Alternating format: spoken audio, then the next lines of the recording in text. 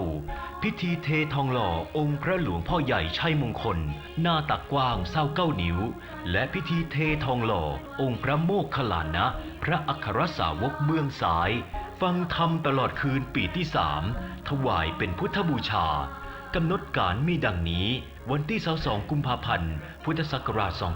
2559เวลา7 โมงเช้าทำบุญใส่บาตรเวลา9 โมงเช้าเสวนาธรรมเรื่องความฮักแบบฉบับเจ้าพุทธคณะศรัทธาที่สนใจร่วมเป็นเจ้าภาพหล่อพระเจ้าภาพกันเทศเจ้าภาพโฮงตาลและเจ้าภาพร่วมในการดำเนินงานต่างๆของวัดหนองกายสามารถร่วมบุญได้ที่วัดหนองกายตำบลสัตปะยางอำเภอแม่แตงจังหวัดเชียงใหม่โทร 053-374-311 หรือเว็บไซต์ www.wadnongkai.com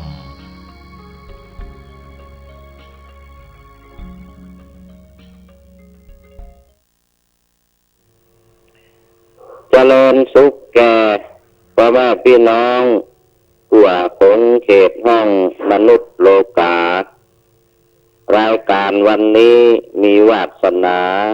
ได้พลิกขึ้นมาออกอากาศกล้องอู้หู้คนฟังเสียงดังว่องว่องล่องเตยขึ้นในท้องฟ้าเข้าสู่เครื่องฮับปุ๊บปั๊บบัดจ้าคนทั่วหน้าได้ฟังเป็นอริยธรรมสัจจังของพระพุทธังสัมพุทธเจ้าจากทะไลปิสักกะแบบเบาที่พระองค์เฮากล่าวไว้84,000ธรรมขันไซเจิญกุสันได้ตามตุยวินัยขตัมวาจากายสวยสุดตันตะตุยช่วยหูแจ้งอภิธรรมนำสาระเสื่อมแท่งลอยฟ้ามาสำแดงวันนี้อาตมาจักขอจาจีใน3 กุยนี้เนินนายเชิญมวลพี่น้องมิตรแก้วสหายฟังการบรรยายในรายการนี้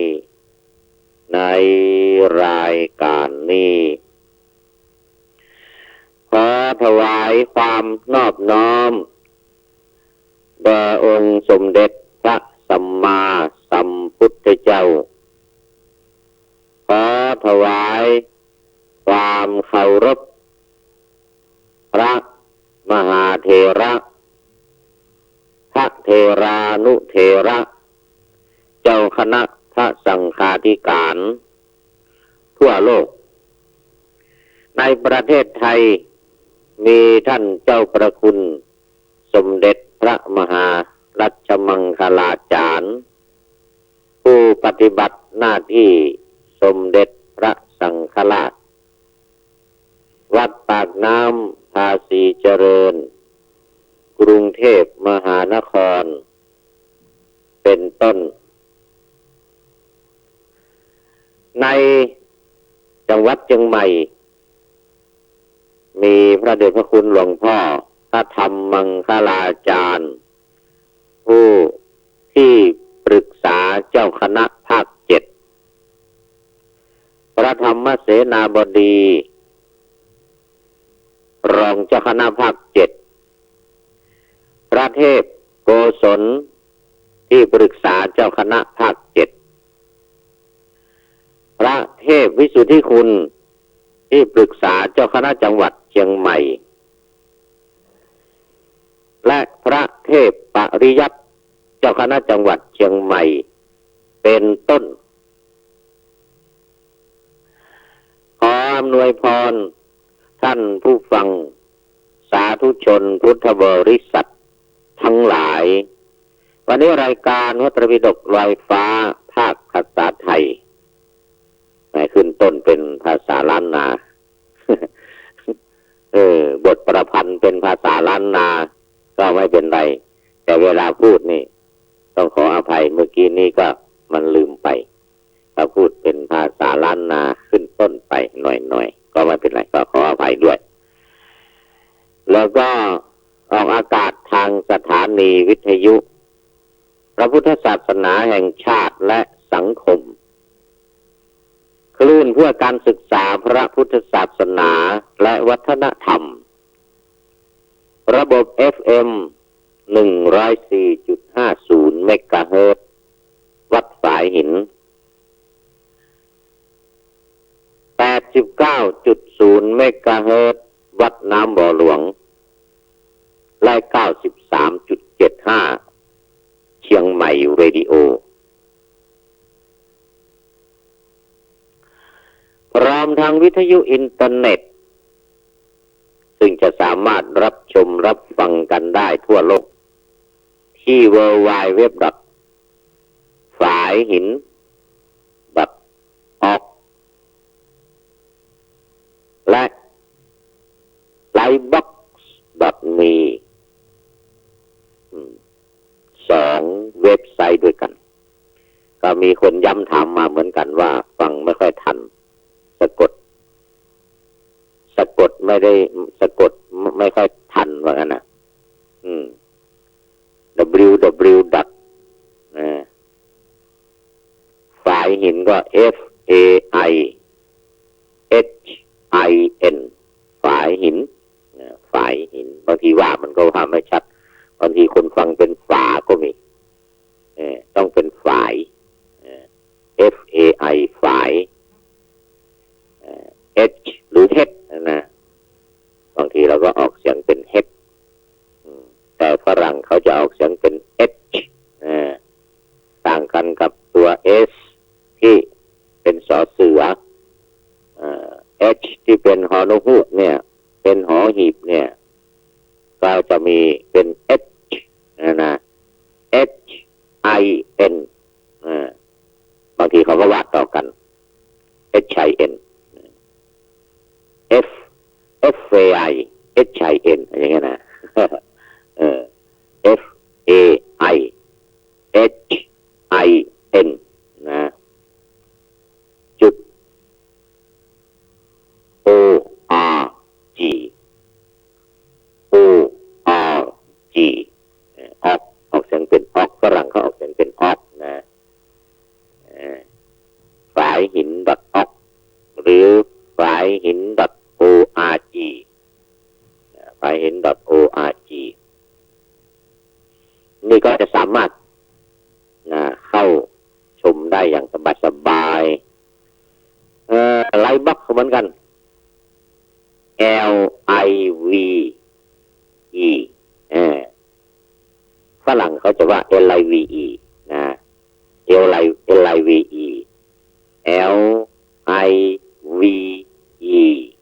Live BOX box livebox .me .me เห็นจุดแล้วก็เขียนตัว M ตัว E ขออภัยนะขออภัยเพราะว่ามีบางท่านแนะนำมาว่าขอให้ว่าให้ชัดเจนเพราะว่ามันไม่มีอักษรขึ้นไม่มีอักษรขึ้นที่หน้าจอไม่มีอักษรขึ้นหน้าจอแต่ว่าบางครั้ง ถ้าเป็นของฝายหิน.org นี่จะมีอยู่นะมีตัววิ่งอยู่ข้างล่างนะถ้าฟังทางวัดฟังหรือเข้าชมทางวัดน้ำบ่อหลวงก็อาจจะไม่มีหรือฟังทางเชียงใหม่เรดิโอก็อาจจะตัววิ่งข้างใต้นั้นก็อาจจะเป็นของเชียงใหม่เรดิโอไม่ใช่ฝายหิน .org ไม่ใช่ livebox.me นะอาจจะเป็นของวัดน้ำบ่อหลวงหรือว่าเป็นของเชียงใหม่เรดิโอที่เป็นตัววิ่งอยู่ข้างล่างอันนี้ขออภัยนะก็น่าจะมีเฉพาะของวัดฝายหินนะแล้วก็ยังนำไปลง YouTube ตลอด24ชั่วโมงท่านผู้ฟังสามารถเข้าชมสดๆที่อย่างขณะนี้ที่อาต ตมากำลังออกอากาศอยู่นี้หรือย้อนหลังกี่วันก็ได้เนี่ยต้องการจะฟังวันไหนรายการใดเวลาใดก็สามารถเลือกได้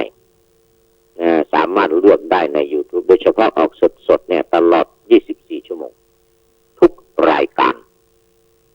ทุกรายการผ่านทาง YouTube หมดนี่ก็ต้องขอบคุณทางYouTube นะที่อำนวยความสะดวกให้การเผยแผ่ธรรมะทางของสถานีวิทยุสสววัดฝายหินวัดน้ำบ่อหลวงวัดเชียงใหม่เรดิโอรวมทั้งของเครือข่ายต่างๆมีวัดหนองกายอำเภอแม่แตงเป็นต้นที่ได้เกาะสัญญาณของวัดฝายหินบางรายการโดยเฉพาะตอนเช้ารายการพระไตรปิฎกลอยฟ้ารายการพระไตรปิฎกลอยฟ้าก็จะออกอากาศผ่านวิทยุของวัดหนองกายด้วยและวิทยุอื่นๆที่เป็นเครือข่ายในจังหวัดเชียงใหม่ภาคเหนือภาคตะวันออกเฉียงเหนือภาคกลางและภาคใต้ภาคเหนือภาคกลางและภาคใต้ช่วงปกิณกะกถาวันนี้ก็พูดมามากมายแล้วยังมีเรื่องที่จะพูดอีกนิดหน่อยก็คือวันนี้ท่านเจ้าประคุณพระวิสุทธิวงศาจารย์รองสมเด็จก็ได้ให้ความเมตตาอนุเคราะห์มาเยี่ยมพระภิกษุสามเณรภาค7หลวงพ่อเคยเป็นเจ้าคณะภาค7แล้วก็เคยตั้ง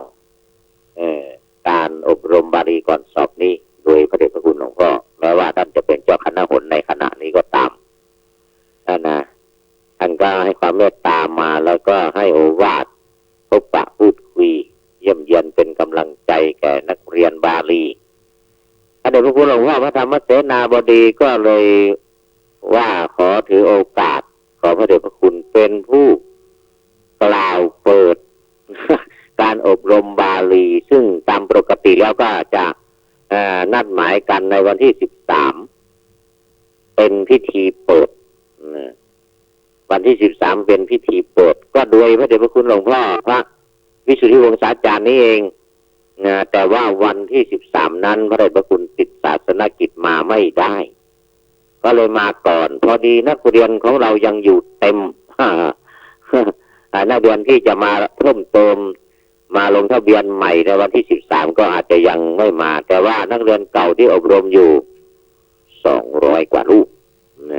200กว่ารูปยังอยู่เต็มยังไม่กลับก็จะอยู่ต่อไปจนถึงวันที่29เลยทีเดียวก็พระเดชพระคุณหลวงพ่อมาพอดีมาเยี่ยมตั้งใจจะมาเยี่ยมว่างั้นนะ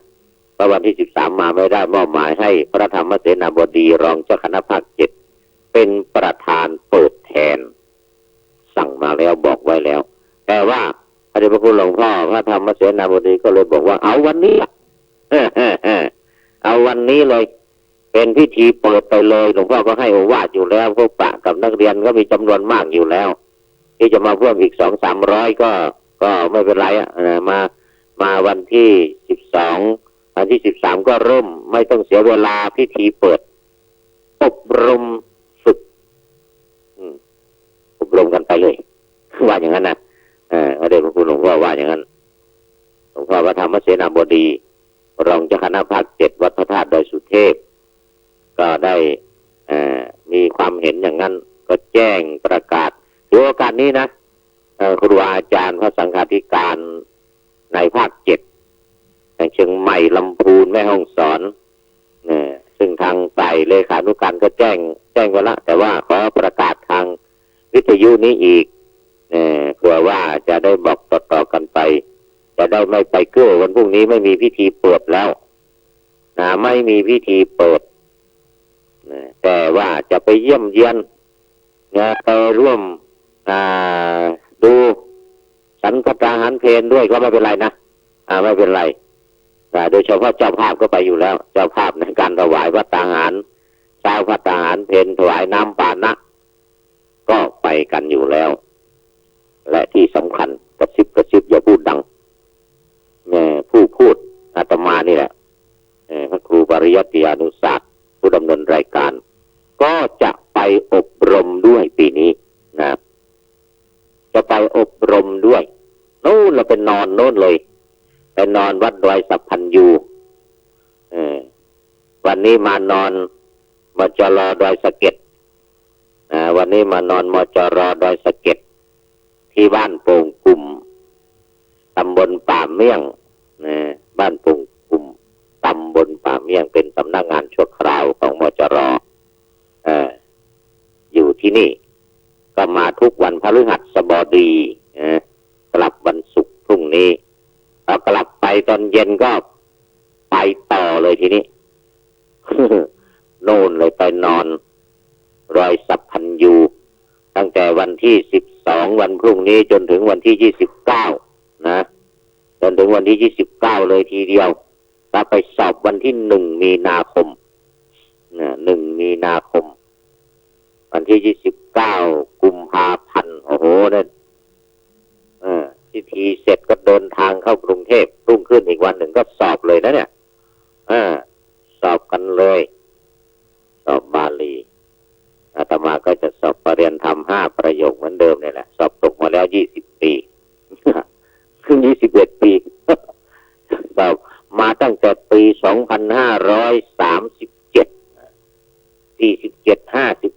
ไปสอบทุกปีแต่ตกทุกปีนี้คาดว่าจะไม่ให้ตกแล้วต้องไปอบรมซะหน่อยไปอบรมที่วัดดอยสัพพัญญู500 กว่ารูป500เกือบ600นู่นละปีนี้ดอยสัพพัญญูก็เผื่อว่าจะสอบได้ก็เขาบ้างตกมาแล้ว21 ปี21 ครั้งถือคติเหมือนหลวงพ่อท่านเจ้าคุณพระศรีธรรมบัณฑิตได้กล่าวไว้หลวงพ่อเจ้าคุณพระศรีธรรมบัณฑิตนะไปเปิดอบรมขออะไรไปเปิดสนามสอบที่ไหนท่านก็จะว่าเป็นประจำบอกว่าหากสนามยังอยู่ยั้งยืนยงว่างั้นนะ ยังอยู่ยั้งยืนยงเราก็เหมือนอยู่คงสอบด้วยว่างั้นนะเราก็เหมือนอยู่คงสอบด้วยหากสนามพินาศลงว่างั้นนะเราอยู่ได้หรือเราสอบได้หรือถ้าสนามพินาศลงเนี่ยคือไม่มีสนามสอบแล้วเราก็สอบกันไม่ได้ว่างั้นนะ เราสอบได้หรือเราก็เหมือนมอดมวยเราก็เหมือนมอดมวยสุดสิ้นสงไทยว่างั้นนะเราก็เหมือนมอดมวยสุดสิ้นสงไทยก็เป็นจริงถ้าศาสนาไม่มีเราก็ไม่มีสอบถ้าไม่มีการเรียนบาลีพระพุทธศาสนาก็จบจบถ้าไม่มีการเรียนบาลีเนี่ยจบแน่ไม่เข้าใจหลักการพุทธศาสนาเพราะว่าพระพุทธเจ้าสอนพระพุทธศาสนาเป็นภาษาบาลีเพราะว่าชาวมคธสมัยนั้นเนี่ยพูดภาษาบาลีกันนี่คือเรื่องมันพูดภาษาบาลีกันพระพุทธเจ้าไปตรัสรู้เมืองเขาตรัสรู้เมืองเขาว่าเมืองมคธแคว้นมคธที่รู้เวลาเสนานิคมเนี่ยสักยาในปัจจุบันเนี่ยเขาพูดภาษาบาลีแต่เสียดายตอนนี้มันเป็นภาษาตายซะแล้วมีพูดอยู่ในประเทศอินเดียเนี่ยนะอยู่เพียง1 ตำบลนั้นอาตมาก็ลืมชื่อไปแล้วเคยไปอยู่เขานิมนต์ไป1 ตำบลแต่ตำบลของเขานี่มันใหญ่โตมโหฬารนะ มันคงจะเทียบกับจังหวัดเชียงใหม่นี่ทั้งจังหวัดคือตำบลของอินเดียตำบลหนึ่งของอินเดียเนี่ยเมืองหนึ่งนี่นะ เท่ากับจังหวัดเชียงใหม่นี่แหละไม่น้อยนะ ยังพูดภาษาบาลีอยู่ยังใช้ภาษาบาลีพูดถึงแม้ว่าประเทศทั่วประเทศเขาจะบังคับให้เป็นภาษาฮินดีก็ตามแต่เขายังมีภาษาท้องถิ่นในอินเดียเนี่ยนะมันมีภาษาท้องถิ่นถึง136ภาษาเลยเชียวนะแม้ภาษาเดียวกันใกล้เคียงกันเนี่ยถ้าแตกต่างจากถิ่นกันไปหน่อยก็จะไม่เหมือนกันแล้วก็จะผิดแตกต่างกันไปบ้างเหมือนกับคนเหนือกับคนอีสานหรือคนอีสานกับคนใต้คนเหนือกับคนใต้แล้วคนภาคกลางเราจะใช้ภาคกลางใช้ภาษากลางพูดกันอยู่เหมือนกับที่ผู้พูดกำลังพูดอยู่ขณะนี้ก็ตามแต่ว่าในท้องถิ่นยังมีภาษาถิ่นของเราที่มีไม่มาก4 5 6ภาษาถิ่นเนี่ยนะถ้าเผ่าต่างๆอีกก็อีกสัก10ไม่เกิน20บ้านเราเนี่ยไม่เกิน10กว่าภาษาที่ใช้อยู่ในประเทศไทยไม่เกิน20แต่ในอินเดีย136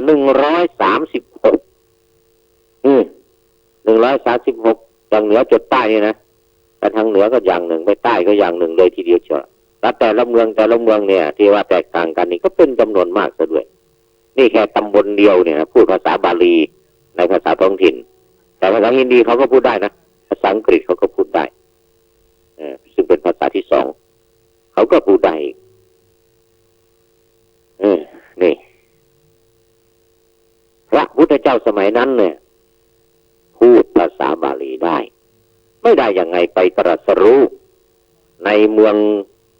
ขยาตำบลอุลุเวลาเสนานิคมพูดภาษาบาลีกันทั้งนั้นสมัยนั้นแต่ต่อมาเนี่ยมันเป็นภาษาใต้ก็เพราะว่าเขาเอาผสมผสานกันระหว่างภาษาบาลีภาษาปรากิตภาษาสันสกฤตนี่นะมาเป็นภาษาฮินดีในปัจจุบันเนี่ยเขาเรียกว่าฮินดีโบนกะละเตแฮอย่างนี้นะแปลว่าข้าพเจ้ากำลังพูดภาษาฮินดีโบนนี่แปลว่าพูดกะละเตแฮแปลว่ากระทำเขาใช้เป็นภาษาว่ากระทำการพูดนะฮินดีโบนกะละเตแฮมีแฮนี่เป็นภาษาช่วยเหมือนกับภาษาอังกฤษมีกริยาช่วยis am are พวกนี้นะis am are was were เนี่ยช่วยเขามีแฮเป็นช่วย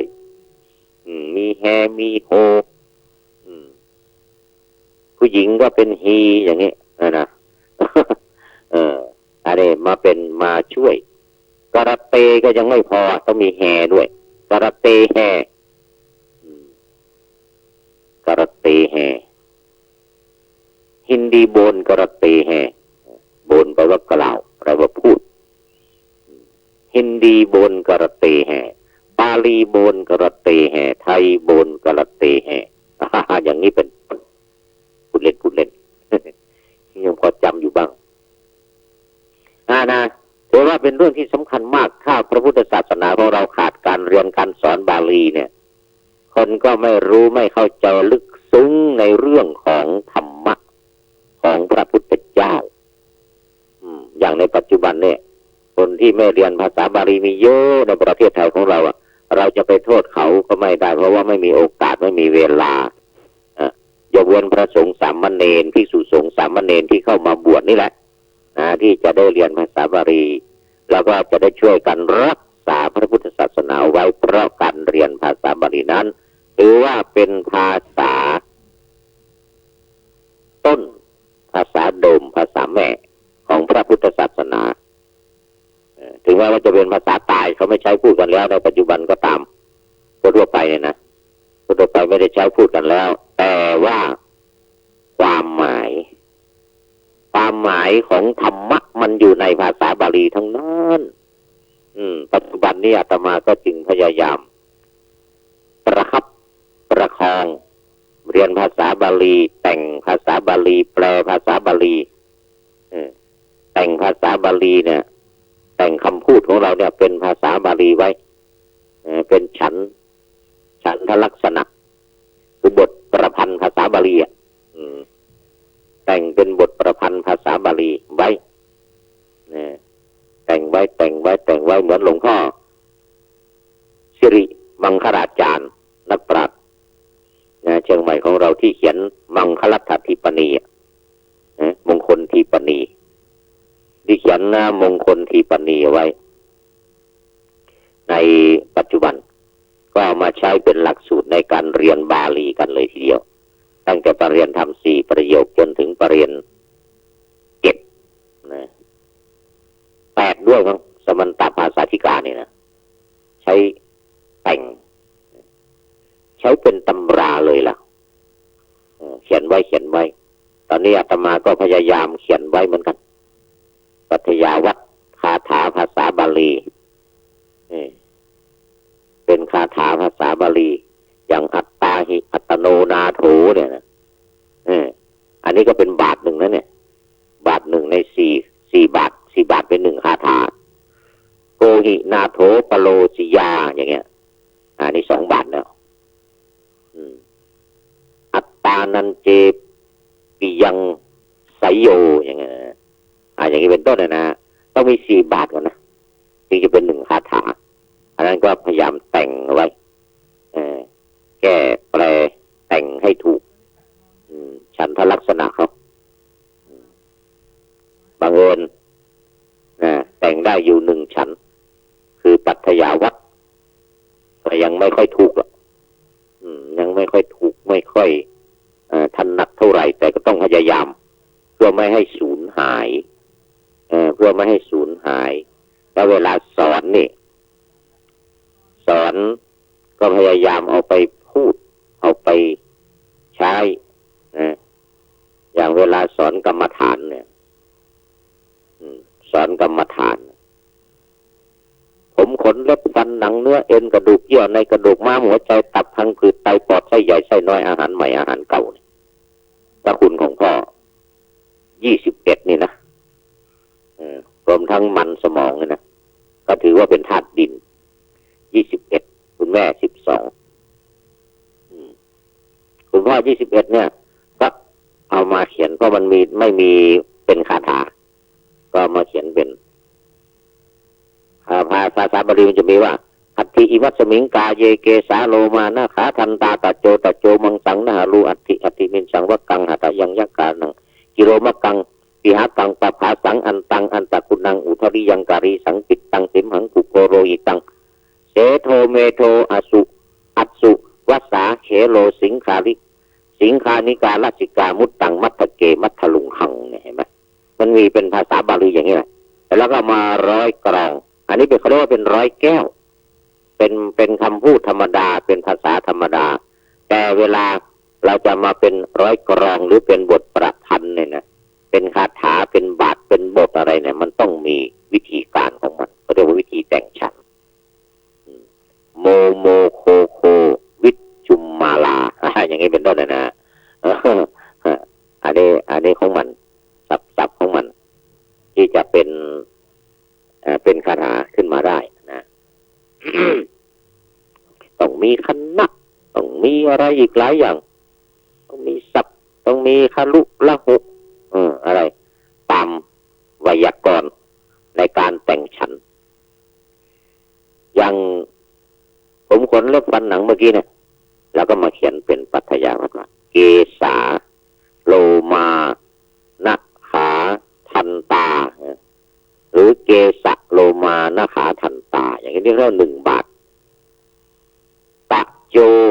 มังสังนะหาลุจักตะโจมังสังนะหาลุจะปกติเป็นนะหารูอย่างเงี้ยนะเราก็มาแต่งให้บังคับฉันบังคับเสียงหนักเสียงเบานะหารุจักอัตถิเยวัตถิมินชันจักอัตถิเยวัตถิมินชันจักวักตังหัทะยะยากนังเห็นไหมวักกังหัทะยะยากนังอันนี้เอามาเป็นคาถาเอามาเป็นเขาเรียกว่าเป็นประพันธ์นะเป็นฉันทลักษณะเรียกปัทยาวัตรกิโลมะกังปิหากันจักปิกิโลมะกังปิหากันจักปัปผาสังอะไรกันปัปผาสังกิโลมะกังปะหาปัปผาสังอัน ค่นี้ก่อนจำไม่ได้แล้ว ก็มานะต้องรักษาไว้รักษาพระพุทธศาสนาไว้รักษาภาษาบาลีไว้เป็นฉันเป็นไวยากรณ์ธรรมดาเนี่ยอักขรวิธีวจีวิภาควรรคยะสัมพันธ์ฉันทลักษณะมันมีอยู่สี่อย่างของภาษาบาลีในโครงสร้างมีอยู่สี่อย่างนะอักขรวิธีวจีวิภาควรรคยะสัมพันธ์ฉันทลักษณะอักขรวิธีก็พูดถึงเรื่องของอักษรต่างๆมีอยู่5 วรรคละ5อย่างเงี้ย25 ตัวนอกวรรคมีอยู่8อย่างเงี้ยนอกวรรคมีอยู่8รวมได้ว่า33อักษรอย่างนี้เป็นต้นสระมีแค่8อะอีอีอูเอโออย่างเงี้ยเป็นภาษาบาลีเหมือนกับภาษาล้านนาที่เราเรียนกันสอนกันอยู่ทุกวันนี้นะที่เราเรียนกันสอนกันอยู่ทุกวันเนี่ยภาษาล้านนา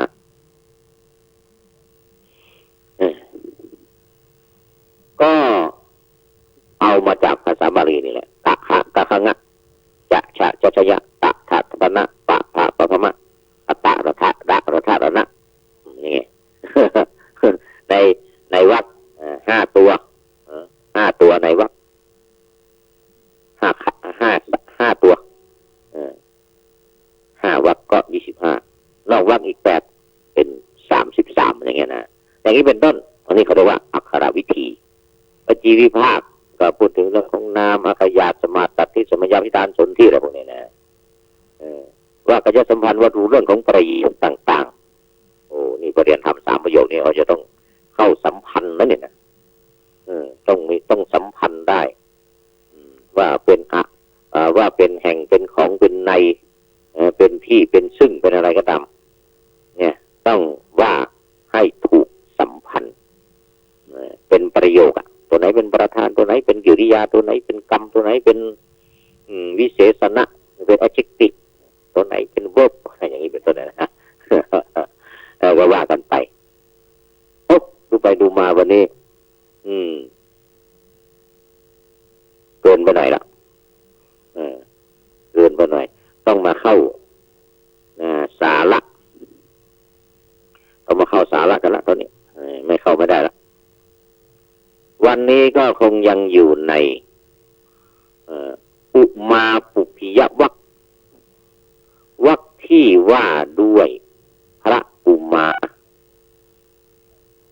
ปุพิยะเป็นต้นนะวรรคที่ว่าด้วยพระอุมาปุพิยะเป็นต้นนะตรงนี้เป็นประวัติในอดีตชาติของพระเถระทั้งหลายซึ่งวันนี้ออกอากาศที่พุทธมณฑลสำนักงานชั่วคราวของมหาวิทยาลัยมหาจุฬาลงกรณราชวิทยาลัยวิทยาเขตเชียงใหม่บ้านโป่งกุ่มตำบลป่าเมี่ยงอำเภอดอยสะเก็ดก็ไม่ได้อยู่ในห้องส่งตามปกติถ้าอยู่ในห้องส่งก็จะพูดวินัย8 เล่มตอนนี้อยู่เล่มที่4แล้ววินัยเล่มที่4พูดถึงช่วงของพระพุทธเจ้าตรัสรู้แล้วก็แสดงธรรมกำลังถึงธรรมจักรกับปวัตตนสูตรพูดถึงอาลาลดาบทอุทกาดาบทอยู่แต่ว่าไม่ได้อยู่ในห้องส่งวันนี้ขออภัยสามเณรก็เอาอัปปทานพุทธกนิกาย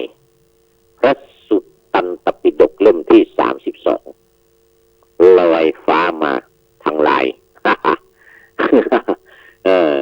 ลอยฟ้ามาทางลายนี่มาถึงดอยสะเก็ดนี่นะจากอำเภอเมืองมาถ่ายจากพระไตรปิฎกสามเณรก็ไปถ่ายจากพระไตรปิฎกก็ส่งไลน์มาก็นำมาอ่านออกอากาศไม่งั้นก็ออกไม่ได้วินัยก็ออกไม่ได้แล้ววันนี้ต้องเป็นพระสูตรซะแล้วแต่ก็ไม่เป็นไรสลับกันหน่อยก็ไม่เป็นไรพระสูตรเนี่ยโดยปกติได้มีเวลาน้อยเดียวนิดเดียวตอนเช้า30 นาทีประมาณ25 นาทีหมดแล้วแต่วันนี้5 ชั่วโมงครึ่งชั่วโมงครึ่ง ไม่ได้ไม่ได้เปิดเพลงขั้นรายการนะวันนี้นะไม่ได้อยู่ในห้องส่งต้องขออภัยไม่ได้เปิดไม่ได้พักละวันนี้ ต่อเลยในช่วงแรกผ่านไปแล้ว30 นาทีเนี่ยแล้วต่อช่วงที่2อีก30 นาทีแล้วก็ช่วงที่3เลยอีก30 นาทีต่อเลย1 ชั่วโมงครึ่งวันนี้1 ชั่วโมงครึ่งต่อกันเลยเอาละอุมา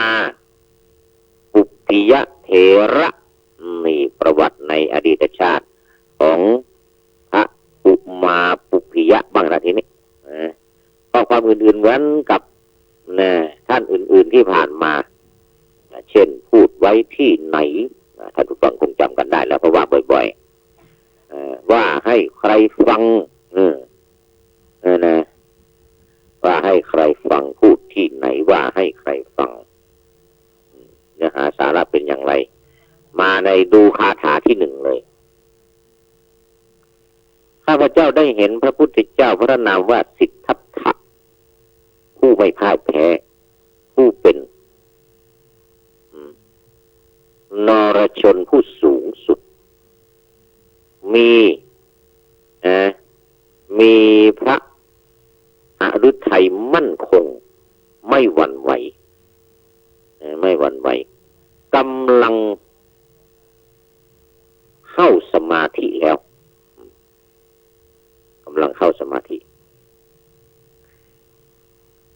นี่เป็นคาถาที่1นะนี่นะคาถาที่1ส่วนคาถาที่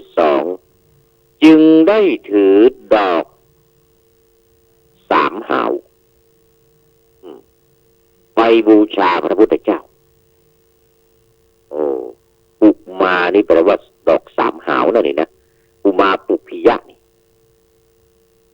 อุมาปุพพิยะนี่แปลว่าดอก3 หาวไปบูชาพระพุทธเจ้าดอก3 หาวทั้งหมดมียอดรวมกันมียอดรวมกัน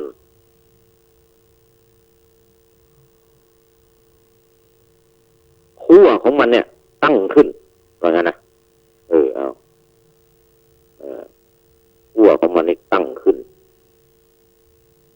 คือหงายขึ้นข้างบนน่ะดอกมันก็จะย้อยลงข้างล่างห้อยลงสวยงามเลยนี่สวยงามเลยขั้วมันหรือรากของมันหรือทางด้านขั้วของมันเนี่ยหงายขึ้นข้างบนแล้วก็มาในคาถาที่3นี้ก็บอกว่าเป็นเครื่องลาดดอกไม้ประดิษฐานอยู่ในอากาศโอ้โหพอดอก3 หาวมาบูชาพุทธเจ้าเนี่ยมันก็รากมันหรือโคนของมันหรือไอ้ขั้วของมันก็หงายขึ้นข้างบนดอกห้อยระยะลงมาข้างล่างเป็นเพดานดอกไม้ประดิษฐานอยู่บนอากาศบังแดดบังฝนบังลมบังแสงพระอาทิตย์แสงแดดเนี่ยนะ ให้พระพุทธเจ้าเลยทีเดียวเหมือนก็เป็นฉัตรใหญ่เลยทีเดียวเป็นวงกลมเป็นเหมือนก็เป็นฉัตรใหญ่เลยทีเดียวบอกต่อไปว่าเป็นเหมือนมีจิตดีว่างั้นโอ้โหดอกไม้เนี่ยนะเป็นเหมือนก็มีจิตที่ดีซะด้วยพอบูชาแล้วมันก็ขึ้นไปรวมกันเป็นดอกใหญ่เป็นดอกบานใหญ่ด้วยจิตที่เลื่อมใสนั้น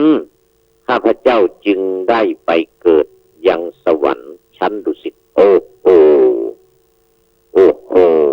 พอตายแล้วได้ไปเกิดในสวรรค์ชั้นดุสิตเลยทีเดียวอันนี้ในสมัยโน้นในสมัยพุทธเจ้าพระนามว่าสิทธัตถะนะสมัยพุทธเจ้าพระนามว่าสิทธัตถะขนาดนั้นเลยที่อะไรจะปั่นนั้นคาถาต่อไปคาถาที่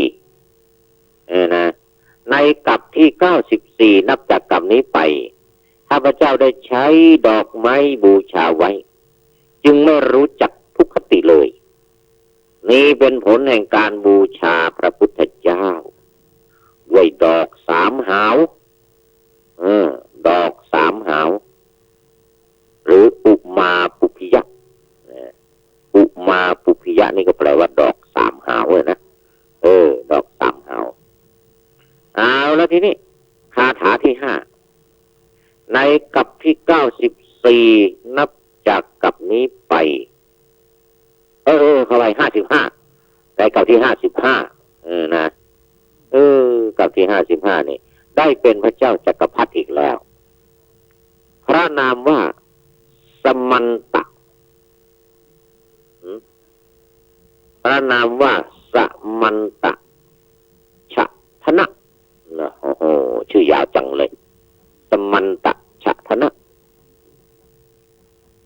คนจริงน่าจะได้สะกดนะด้วยการลันว่าสมันฉันนะชัดธนะสมันตะชัดธนะทรงเป็นใหญ่ในแผ่นดินมีพลานุภาพมากมีพลานุภาพมากพอมาในชาตินี้ในชาติก่อนนะสมัยนั้นแล้วก็หลายกันที่ผ่านมา94กัน94กับ เสร็จแล้วก็กับที่55หลังจาก94นั้นมาเนี่ยหลังจากบูชาดอกไม้มาแล้วเนี่ยมาอีกกับที่55นั้นก็ได้เป็นพระเจ้าจักรพรรดิอีกเหมือนกับจักรพรรดิของญี่ปุ่นเลยทีเดียวฮิโรฮิโตะนะพระเจ้าจักรพรรดิฮิโรฮิโตะญี่ปุ่นรู้สึกว่าจะสิ้นพระชนม์ไปแล้วปัจจุบันจะมีจักรพรรดิอีกองค์หนึ่งลืมชื่อไปแล้วของญี่ปุ่นเนี่ยนะเขามีพระเจ้าจักรพรรดินะแล้วก็ได้สำเร็จอภิญญา6นะปฏิสัมภิทา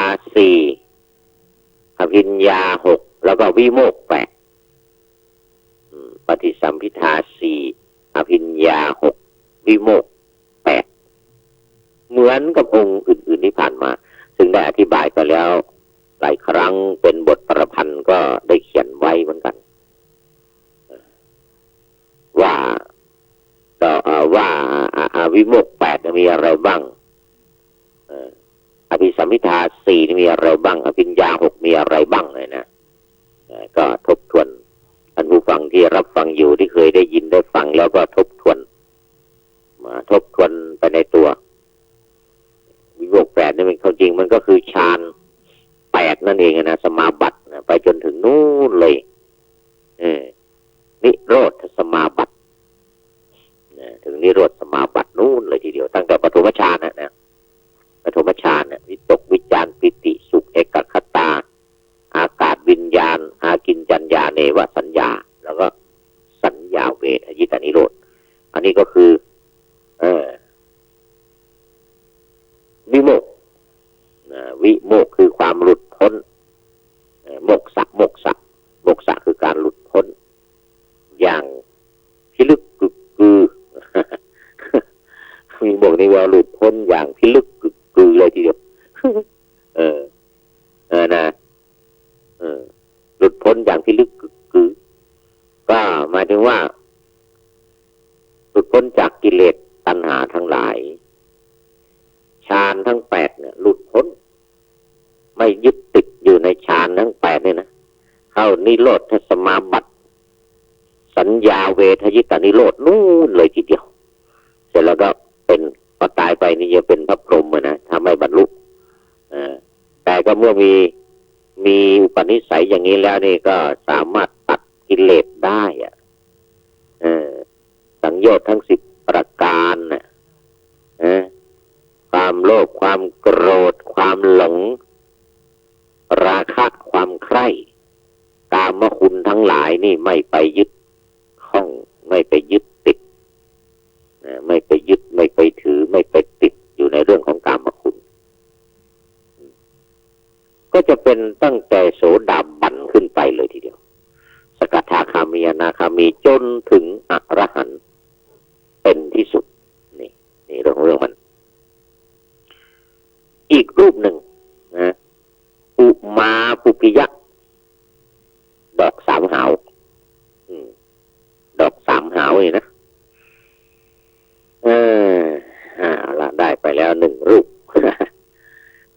สักหนึ่งรูป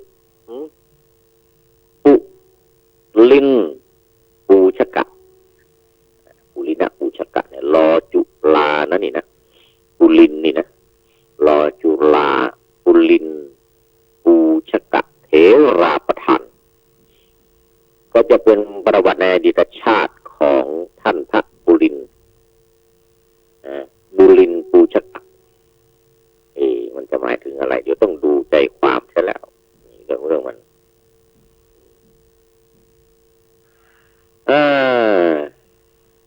มาในข้อที่7ก็คือคาถาที่7ในวรรคนี้พระศาสดาผู้องค์อาจกว่านรชนสว่างไสวัยนี่ตรงชื่อของเรานี่ต้องว่าดังหน่อย สว่างไสวัยเหมือนดอกอะไรเนี่ยดอกรกฟ้าแสดงว่าปุลินนี่แปลว่าดอกแปลว่าต้นรกฟ้าทางภาคเหนือนี่จะมีเพิ่มมะเข้ามานะมะรกฟ้าอย่างนี้นะ มีหมู่บ้านหนึ่งที่อำเภอสันกำแพงนี่เขาเรียกหมู่บ้านสันมะฮกฟ้าสันมะฮกฟ้านั่นก็คือมะรกฟ้านี่เองในที่นี้มีคำว่ารกฟ้าอย่างเดียวไม่มีมะนี่มันเป็นคำเพิ่มเข้ามาอย่างมะม่วงอย่างเงี้ยความจริงก็เป็นมะอย่างเดียวนะมะปรางมะไฟมะอะไรก็ว่าไปอันนี้บุรินเนี่ยมันก็จะหมายถึงรกฟ้าต้นรกฟ้าก็มีดอกรกฟ้าเสร็จแล้วก็ในภาคเหนือนี่ชอบมีมะเข้ามาก็เป็นมะรกฟ้าเรื่องของเรื่องมันสว่างไสวัยเหมือนดอกมะรกฟ้าสง่างามอยู่เหมือนม้าอาชาในท่านผู้ฟังก็ที่เคยได้ยินแล้วก็ไม่เป็นไรนะที่ยังไม่ได้ยินก็ม้าอาชาในเนี่ยเป็นม้าของพระราชาที่คัดเลือกมาแล้วอย่างดีสำหรับประทับนั่งและเสด็จไปในที่ต่างๆเพราะว่าม้าอาชาในรวมทั้งม้ารบที่จะเอาไปรบในสงครามในสมัยที่ต้องใช้ม้าใช้ช้างนะต้องขี่ม้าไปรบกันขี่ช้างไปรบกันม้าตัวนั้นต้องเป็นม้าอาชาในตัวสูงใหญ่สวยงามฝึกอย่างดีมีความสง่างามเพราะนั้นพระพุทธเจ้าเนี่ยพระศาสดามีความสง่างามเหมือนม้าอาชาในว่างั้นนะผู้องค์อาจเนี่ยนะผู้องค์อาจดุจดาวประกายพฤกษ์รุ่งโรจน์อยู่โอ้โหอะไรจะป่านนั้นดาวประกายพฤกษ์เนี่ยนะรุ่งโรจน์อยู่ดุจดวงดาวเหมือนถึงดวงดาวทั้งหลายทั้งปวงที่มีประกายแสงพรึบพรับออกมาเขาเรียกว่าประกายพฤกษ์ประกายพฤกษ์รุ่งโรจน์อยู่ก็คือมีความแสงสว่างสง่างามรุ่งโรจน์รุ่งโรจน์โชติช่วงนะมีศัพท์ที่คล้องจองกันนะเรียกว่ามีศัพท์คล้องจองกันก็ว่ารุ่งโรจน์โชติช่วงรุ่งเรืองก็อันเดียวกันสว่างไสวัยนี่ก็ใกล้เคียงกันนะ สว่างไสวัยนี่นะมีก่อนนี่เรียกว่าสว่างไสวัยเหมือนกับดอกรกฟ้าเสร็จแล้วก็รุ่งเรืองสง่างามเหมือนม้าอาชาในองค์อาจมีความองค์อาจเหมือนดวงดาวประกายแสงพึกเต็มท้องฟ้าในยามเดือนมืดน่าจะเป็นในยามเดือนมืดในยามเดือนหงายนี่แสงจันทร์จะสว่างมองหาดาวไม่ค่อยเห็นเท่าไหร่แต่ห่างไกลออกไปห่างไกลดวงจันทร์ไปนี่ก็จะมีดาวอยู่นะมีดวงดาวลืมไปเดือนมืดเดือนแรมนี่ไม่ ไม่มีเลยทั้งพระจันทร์ทั้งดวงดาว ขอไปอย่าเห็นดวงดาวพรึบพรับพรึบพรับมันก็ต้องเดินหงายนั่นเองคู่กันกับพระจันทร์ต้องดูห่างๆหน่อยเข้าใกล้จะสู้รัศมีของพระจันทร์ไม่ได้นี่เรื่องมันต่อไปข้าพเจ้าจึงได้ประคองอัญชลีคือกราบยกมือขึ้นกราบไหว้พระศาสดาสรรเสริญพระศาสดาพอใจการกระทำของตนนี่นอกจากกราบไหว้แล้วก็ยังสรรเสริญแล้วก็พอใจนี่เขาเรียกว่าเต็มใจเต็มใจข้าพเจ้าหยิบทรายขาวบริสุทธิ์หยิบทรายขาวบริสุทธิ์กำมือหนึ่งนะใส่ห่อพกมาโปรยลงที่ทางเสด็จดำเนิน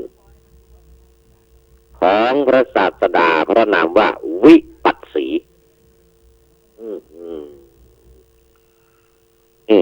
หยิบเอาทรายขาวบริสุทธิ์กำมือหนึ่งเพียงแค่หนึ่งกำมือมาโปรยลงในทางเดินของพระพุทธเจ้าพระนามว่าวิปัสสีของพระนามว่าวิปัสสี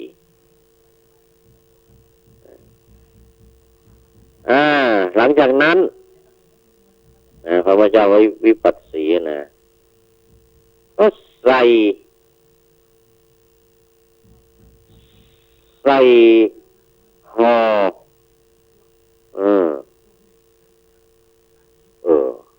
มันซ้ำข้างบน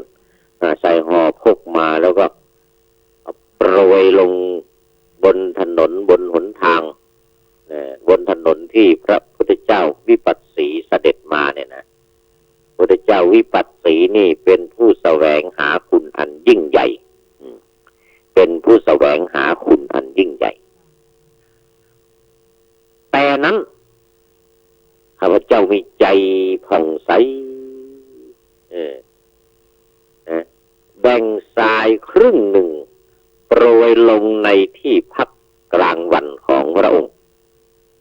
นี่แสดงว่าเอามาแค่กำมือยังโปรยลงไม่หมดนะนี่นะ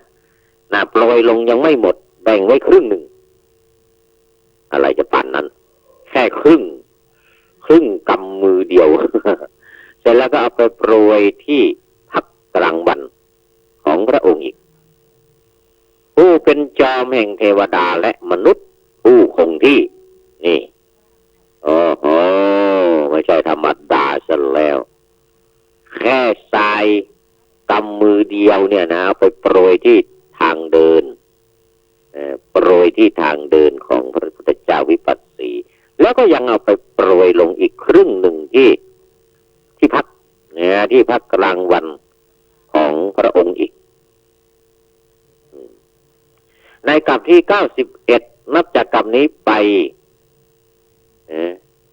91ก็ไม่พบทุกขติมีแต่สุขติจนถึงปัจจุบันมาจนถึงชาตินี้จากนั้นมาเนี่ยจาก91เนี่ยกลับที่91มาเนี่ยมาถึงกับปัจจุบันเนี่ยซึ่งมี5พระองค์เนี่ยนะกับปัจจุบันเนี่ยเขาเรียกพัทธรกัปใครจะรู้กับน้อยกับเล็กกับใหญ่นี่ต้องไปดูโน้นไตรภูมิพระร่วงหรือไม่ก็ภพภูมิ31จะพูดถึงเรื่องกับเรื่องกันเรื่องอายุเทวดาอายุมนุษย์อายุคนทั้งหลายที่แตกต่างกันไว้ในโน้นเลยมาในชาตินี้ก็ไม่ผิดหวังไม่ผิดคลาดได้บำเพ็ญบารมีมาก็ได้บรรลุได้คุณวิเศษเหมือนกับองค์อื่นๆที่ผ่านมาเช่นอภิญญา6เป็นต้นนะนี่โดยอนุภาพ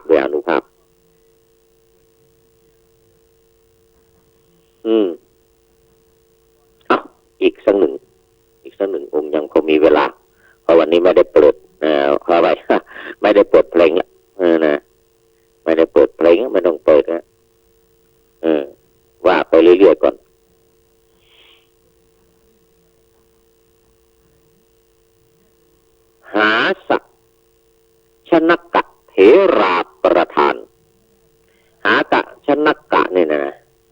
นี่พอจะแปลได้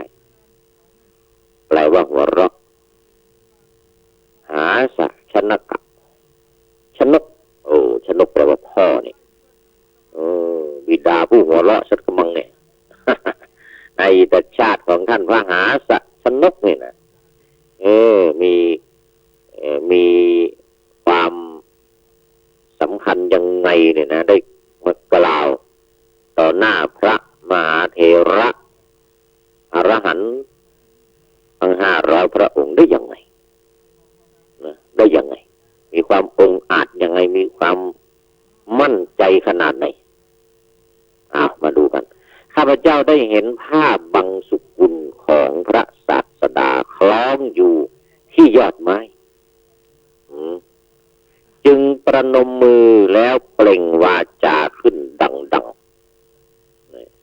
วาจาขึ้นอย่างดังเลยว่าความยินดีเกิดขึ้นแก่ข้าพเจ้าเพราะได้เห็นแต่ไกลข้าพเจ้าประนมมือแล้วทำจิตให้เลื่อมใสอย่างยิ่งเห็นไหมเห็นผ้าบังสุกุลของพระศาสดาคล้องอยู่ที่ยอดไม้เห็นแต่ไกลลมคงจะพัดปลิวสวัยนะลมคงจะพัดแล้วก็ทำให้ผ้านั้นเป็นชายปลิวให้เห็นอย่างชัดเจนจึงมีความเลื่อมใสแล้วก็ประคองมือทั้งสองเนี่ยขึ้นเราทำจิตให้เลื่อมใสอย่างยิ่งนี่อานิสงส์ด้วยความเลื่อมใสอย่างยิ่งโดยอานิสงส์นั้นโดยอานิสงส์นั้นนี่นะในกัปที่91อีกเหมือนกันในกัปที่91ก็ไม่ได้ทุกขติไม่ได้ประสบทุกข์นะประสบแต่สุขว่างั้นนะไม่ได้ประสบทุกข์ประสบแต่สุขมาโดยตลอด91กัปจนถึงกัปนี้ก็ได้บรรลุเป็นพระอรหันต์อีกเช่นเดียวกัน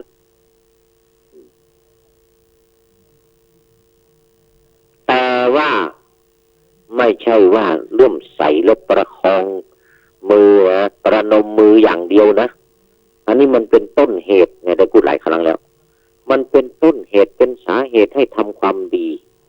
เพราะความเลื่อมใสนั้นเพราะการเห็นนั้นเพราะศรัทธาที่เกิดขึ้นจากการเห็นผ้าบังสุกุลของพระศาสดาก็เกิดความเลื่อมใสพอเกิดความเลื่อมใสแล้วเนี่ยตายไปมาเกิดอีกก็ทำแต่ความดีแล้วนี่ทำตั้งแต่เกิดความเลื่อมใสนั้นแล้วจึงได้ชื่อว่าหาสะชนกะ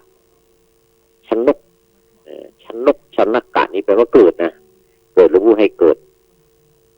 หาสะนี่ก็คือการความยังไงมันดีใจหัวเราะสรรเสริญหัวเราะซาบซ่านเรียกว่าหาสะมันฟูใจมันภูมิใจมันดีใจเมื่อได้เห็นนะก็เลยมาได้ชื่อว่าหาสะชนกะผู้ที่เกิดความภาคภูมิใจเกิดความสรรเสริญในใจดีใจอย่างยิ่งหัวเราะหรือว่างั้นนะหัวเราะกับหัวเราะในใจหัวเราะออกมาข้างนอกก็ได้แต่ส่วนใหญ่ระดับนี้นี่จะไม่หัวเราะดัง ไม่หัวเราะดังแล้วก็พอมาชาตินี้ได้บวชได้เป็นพระภิกษุในพระพุทธศาสนาสาวกของพระศาสดาปฏิบัติธรรมไม่ช้าไม่นานก็ได้บรรลุเป็นพระอรหันต์อีกรูปหนึ่งซึ่งเราไม่ค่อยได้ยินชื่อเท่าไหร่หาสะชนกนี่นะหาสะชนิกะแต่ยังไงก็ตามมันขึ้นอยู่กับที่ว่ามีความเริ่มใสแล้วจะทำความดีหรือไม่นี่แหละนี่เรื่องมันได้ทำความดีแล้วก็อย่างว่ามันก็ต่อเนื่องกันมาไม่มีความทุกข์ไม่พบทุกขติมีแต่ความสุขอย่างเดียวมีแต่ความสุขพอมาชาตินี้ก็สุดสิ้น จบพรหมจรรย์นั่นเองนี่เรื่องของเรื่องมันอยู่จบพรหมจรรย์เพราะความที่จิตเลื่อมใสศรัทธาไม่หวั่นไหวไม่คลอนแคลนนะตั้งใจบำเพ็ญความดีมาตลอดตั้งแต่กลับที่91มานี่จนถึงปัจจุบัน91กลับ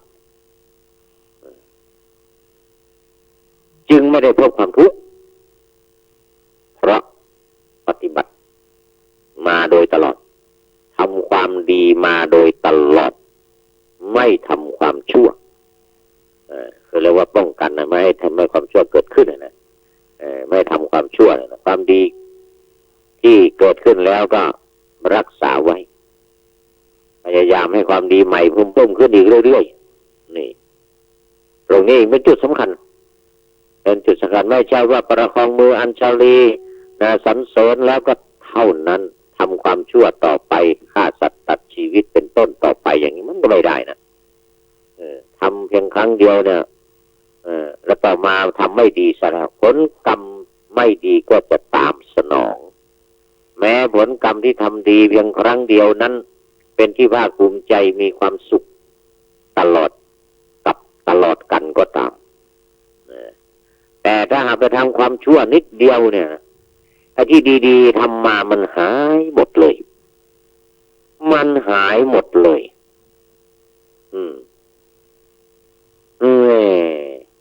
มาพลาดนิดเดียวเนี่ยนะแต่ที่ดีๆที่ทำมาเนี่ย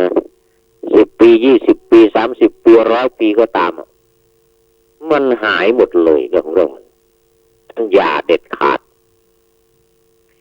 อย่าให้เข้ามาปนเด็ดขาดให้ความชั่วความไม่ดีนี่ให้มันดีอยู่ตลอดนี่แหละจะกี่กับกี่กันกี่ชาติกี่ปีก็ตามก็จะได้ดีตลอดสมกับพุทธภาษิตที่พระพุทธองค์ตรัสว่ากัลยาณีกัลยาณังกัจจปาปกังว่าผิดถูกไปแล้วกัลยาณการีกัลยาณังปาปกาลีจะปาปกังนี่เรื่องของมันกัลยาณการีก็ทำแต่ความดี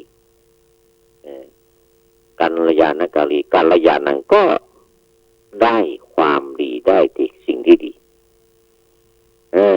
ถ้าปาปกาลีคือทำแต่บาป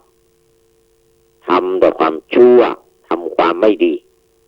แม้ไม่มีใครเห็นก็ตามแม้ไม่ถูกจับได้ก็ตามราชการบ้านเมืองจะจับได้หรือจับไม่ได้ก็ตามแต่ว่าตัวเองเห็นตัวเองเนี่ยรู้มันก็จะปาปกาลีนี่ก็จะปาปกังก็คือว่าจะได้แต่ความไม่ดีได้แต่ความชั่วเสียหายล่มจมทำอะไรไม่ขึ้นหาขายก็ไม่ได้กำไร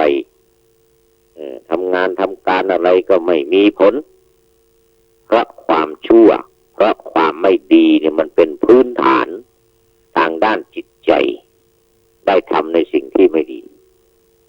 ทำให้จิตเศร้าหมองทำให้จิตไม่ผ่องใสทำให้ใจขุ่นมัวไม่สดชื่นเบิกบานเพราะการทำความไม่ดีแม้นิดหน่อยนิดเดียวก็ตามเอาละทีนี้ก็มาองค์ที่4บ้างยัญญสามิกะเทราประธาน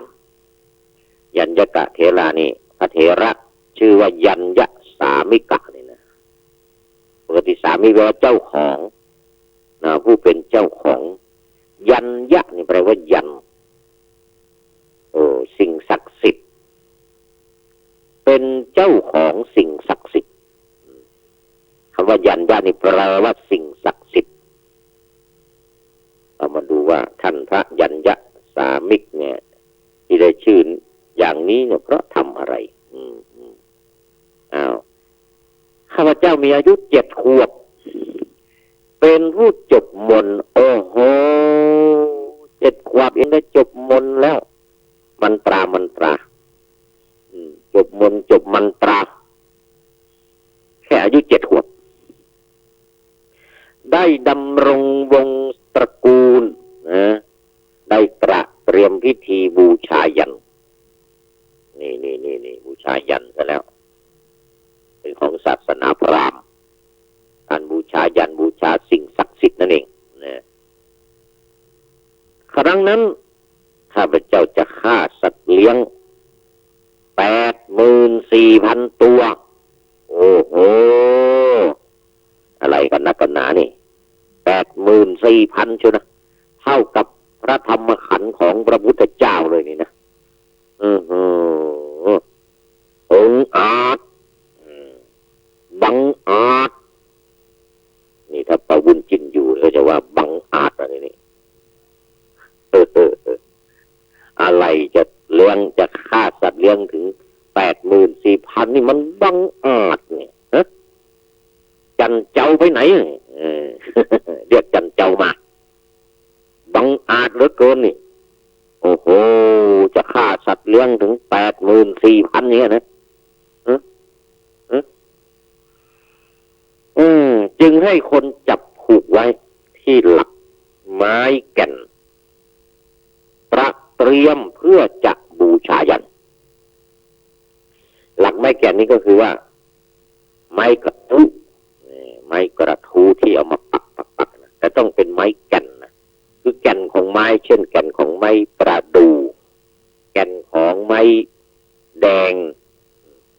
ไม้พยุงนี่นะเอาแก่นมาเลยนะไม่สักนี่นะโอ้โหเอามาไม้ที่แก่นที่หลักของนั่นนะให้มันหนีไปไม่ได้ตรงไม้ที่แข็งไม้เป็นแก่นจริงๆนี่เรื่องของเรามันผูกไว้ผูกที่ไว้ไม้ที่แข็งที่แก่นของไม้เนี่ยเรื่องมันนี่นะต่อมาพระสัมมาสัมพุทธเจ้าพระนามว่าสิทธัตถะสิทธัตถะอีกแล้วผู้มีพระรัศมีเรืองรองดุจถ่านไม้ตะเคียนโอ้โหนี่ยังไม่เคยเห็นเลยนะเนี่ยไม้ตะเคียนเนี่ยเอามาเผาเป็นถ่านแล้วก็จุดไฟแล้วมันจะมีแสงเรืองรองยังไม่เคยเห็นเลยกระทบ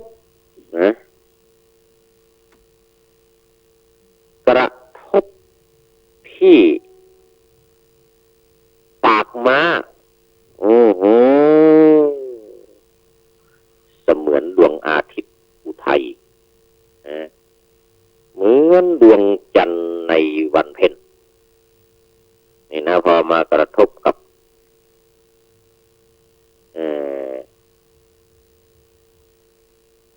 ไม่ใช่ปากม้านี่ขออภัยมันบังเขาเรียกว่าปากเบ้าเบ้าอะไรเดี๋ยวนี้เนาะเมื่อกี้อ่านผิดไปนะปากเบ้านี่นะ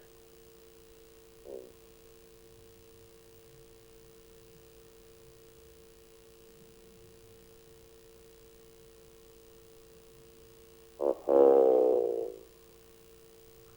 เหมือนดวงอาทิตย์อุทัย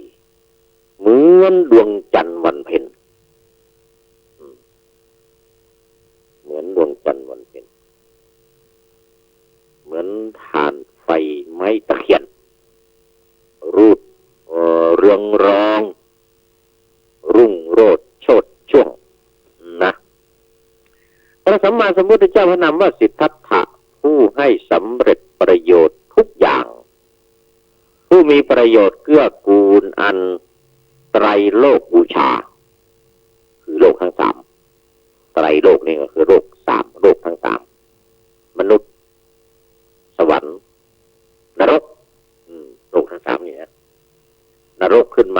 นุษย์แล้วก็โลกสวรรค์บูชาบูชาพระพุทธเจ้าเสด็จเข้ามาหาแล้วได้ตรัสได้ดำรัสได้ตรัสพระดำรัสนี้ว่ากุมาร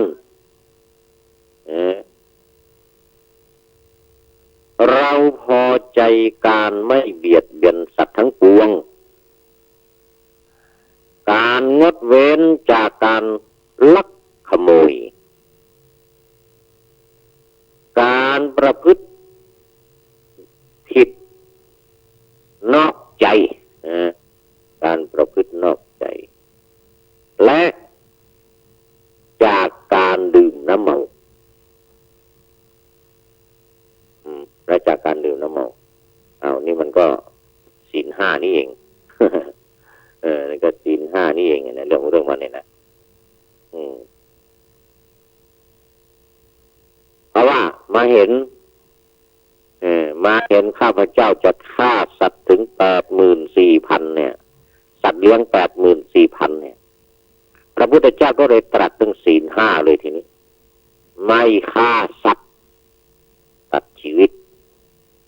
เพราะว่ากำลังจะฆ่าสัตว์บูชายันกำลังจะฆ่าสัตว์บูชายันอยู่นี่นะ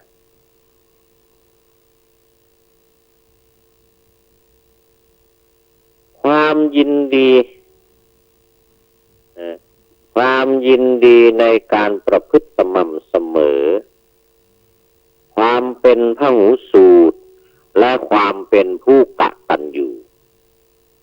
ธรรมเหล่านี้บัณฑิตก็กล่าวสรรเสริญทั้งในปัจจุบันและอนาคตว่างั้นนะ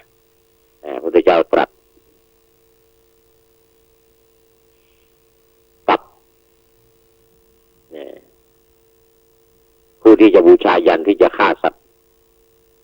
84,000 นะ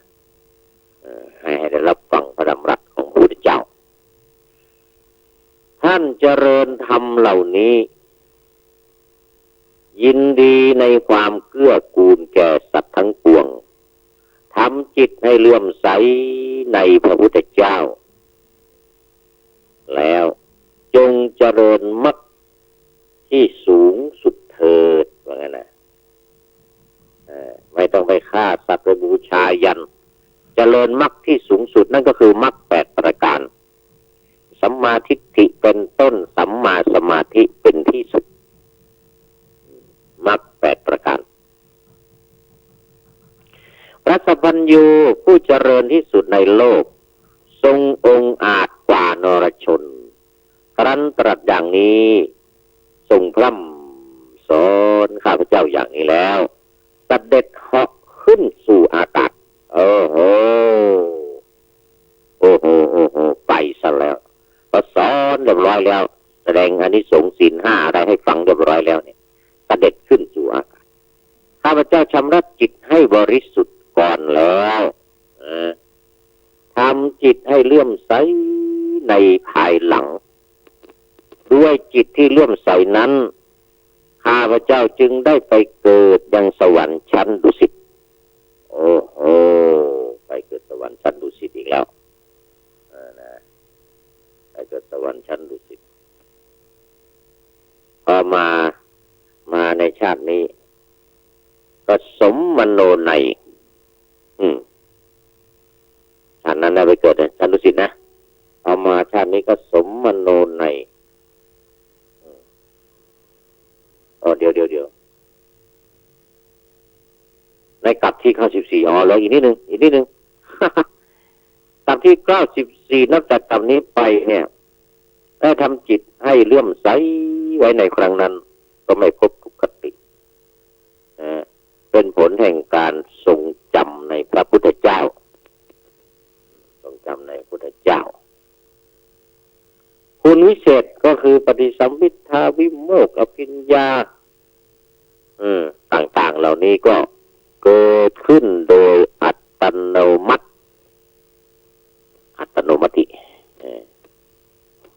ทุกภาพก็เกิดขึ้นเลยเพราะอาศัยการปฏิบัติอย่าง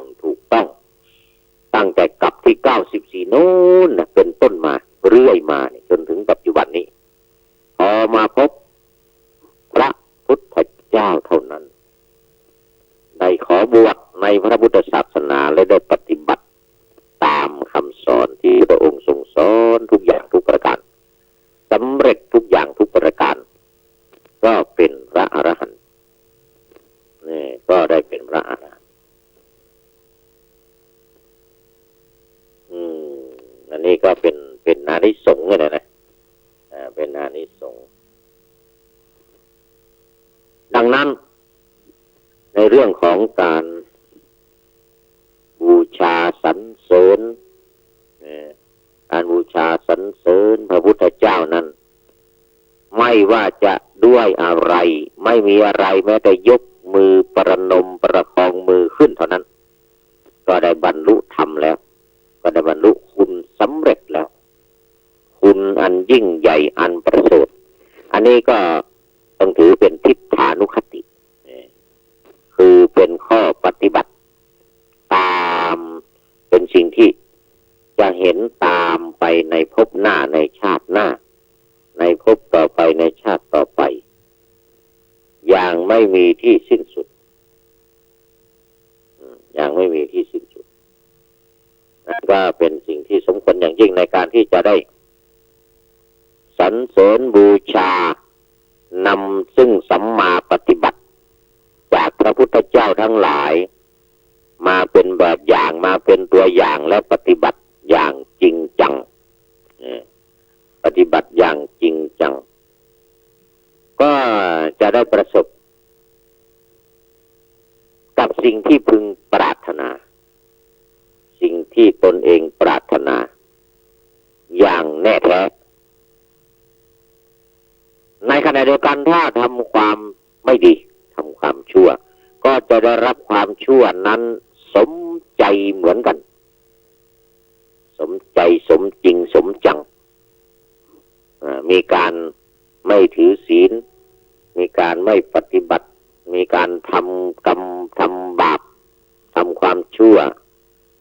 วันโกนไม่ละวันพระไม่เว้นทั้งเช้าทั้งเย็นทำแต่กรรมปานาทำแต่เรื่องของการฆ่าสัตว์ตัดชีวิตขโมยสิ่งของของเขาอย่างเงี้ยก็ไม่พ้นผลกรรมไม่พ้นผลกรรม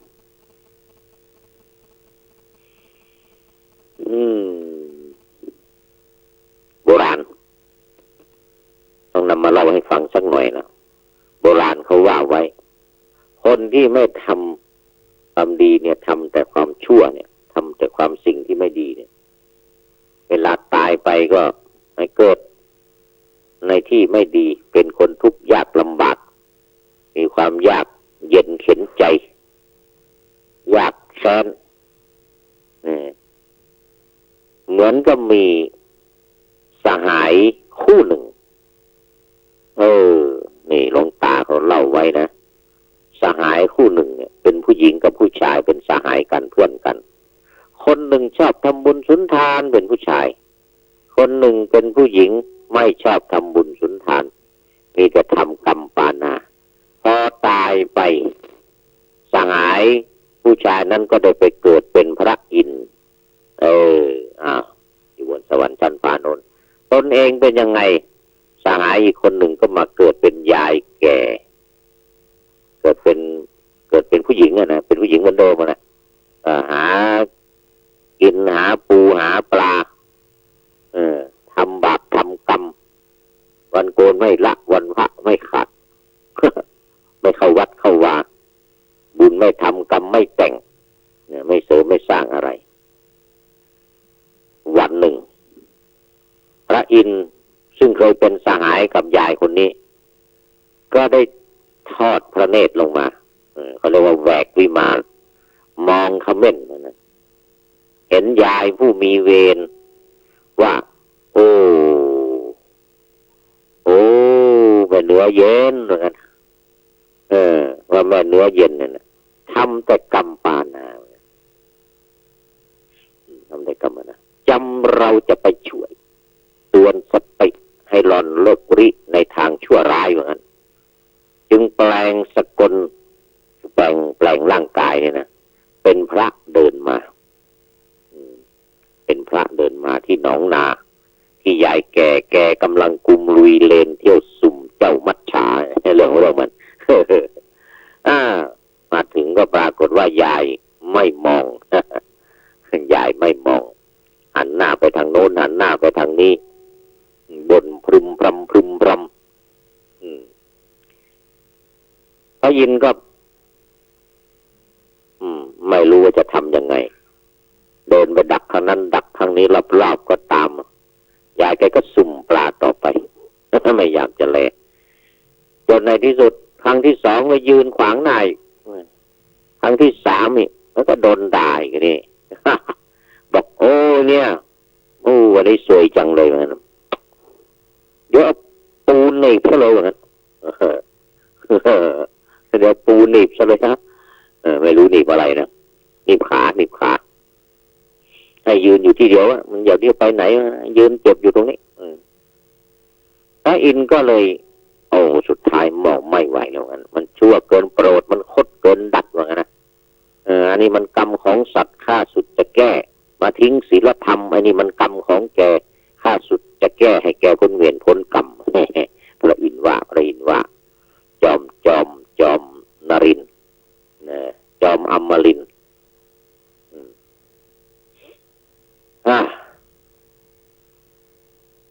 ให้แกพ้นเวรพ้นกรรมไม่สามารถที่จะให้แกพ้นเวรพ้นกรรมก็เลยสาปให้ยายคนนี้เป็นหอยโข่ง เวลาจะเดินไปไหนก็หน้าไปกับพื้นดินนั่นแหละเพราะว่าแกก้มอยู่เรื่อยแกไม่มองพระอินทร์ไม่มองพระที่มาช่วยแกก็ต้องได้รับกรรมเพื่อโดนสาปให้เป็นหอยโข่งฝ่ายอินองค์ขึ้นสู่สวรรค์นางปานานางที่เป็นหอยโข่งนี่ก็ต้องรับกรรม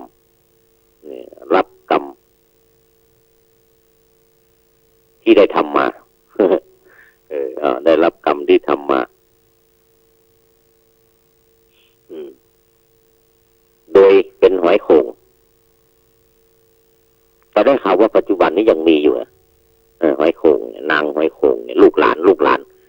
นางหอยโข่งนี่ตายไปแล้วยายนี่ตายไปแล้วแต่ลูกหลานตอนนี้ยังมีอยู่เขาบอกว่าถ้าอยากจะดูเนี่ยก็ต้องไปชวนทำบุญเหมือนกันถ้าฟังเทศอยู่นี่ก็ถือผ่านไปเขาบริจาคคนไหนก้มหน้าไม่มองหากันเทศนี่แสดงว่าลูกหลานของยายปานนาเหมือนกัน คนไหนใส่กันเทศก็โปรดสังเกตคนนั้นไม่ใช่คนไหนก้มหน้าไม่มองหากันเทศก็โปรดจงสังเกตว่าคนนั้นคือลูกหลานของยายปานาอันนี้นะนี่ก็เป็นนิทานประกอบเล่าสู่กันฟังเล็กๆน้อยๆสำหรับท่านที่ติดตามรับฟังประวัติของพระเถระดังกล่าวมาวันนี้เวลาของรายการก็หมดอีกแล้วจบพอดีเล่าเรื่องจบพอดีก็ขอให้ทุกท่านได้รับความปรารถนาดีจากอาตมาพระครูปริยัติยานุศาสตร์รองเจ้าคณะอำเภอเมืองเชียงใหม่วัดสายหินผู้ดำเนินรายการ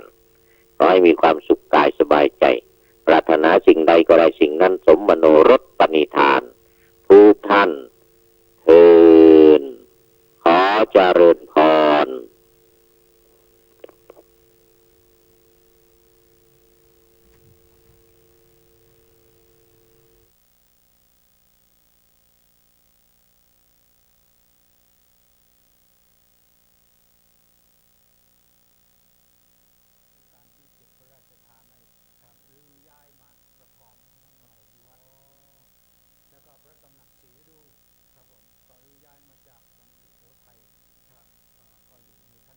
ทั้งหมดโอ้โหนี่สำคัญทั้งนั้นเลย ผมดูแลอยู่นะ อ๋อ ก็เขตปกครองของผมเป็นเขต ใต้ เขตปกครองพิเศษ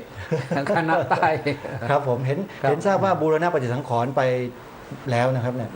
หมดไปก็เท่าไหร่10 20 30 40เกือบ50 ล้าน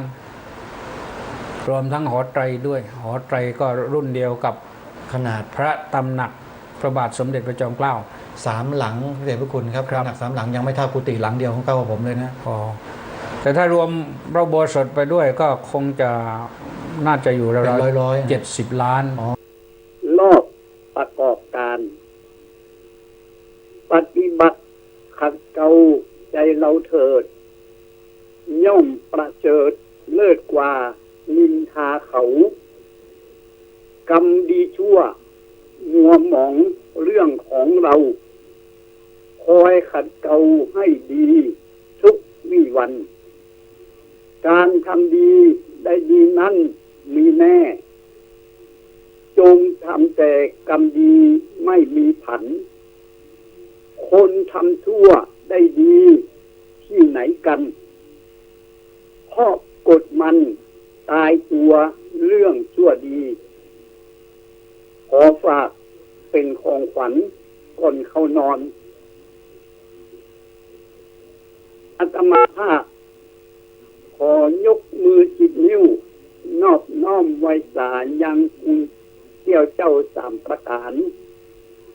คือพระพุทธพระธรรมและพระสงฆ์ซึ่ง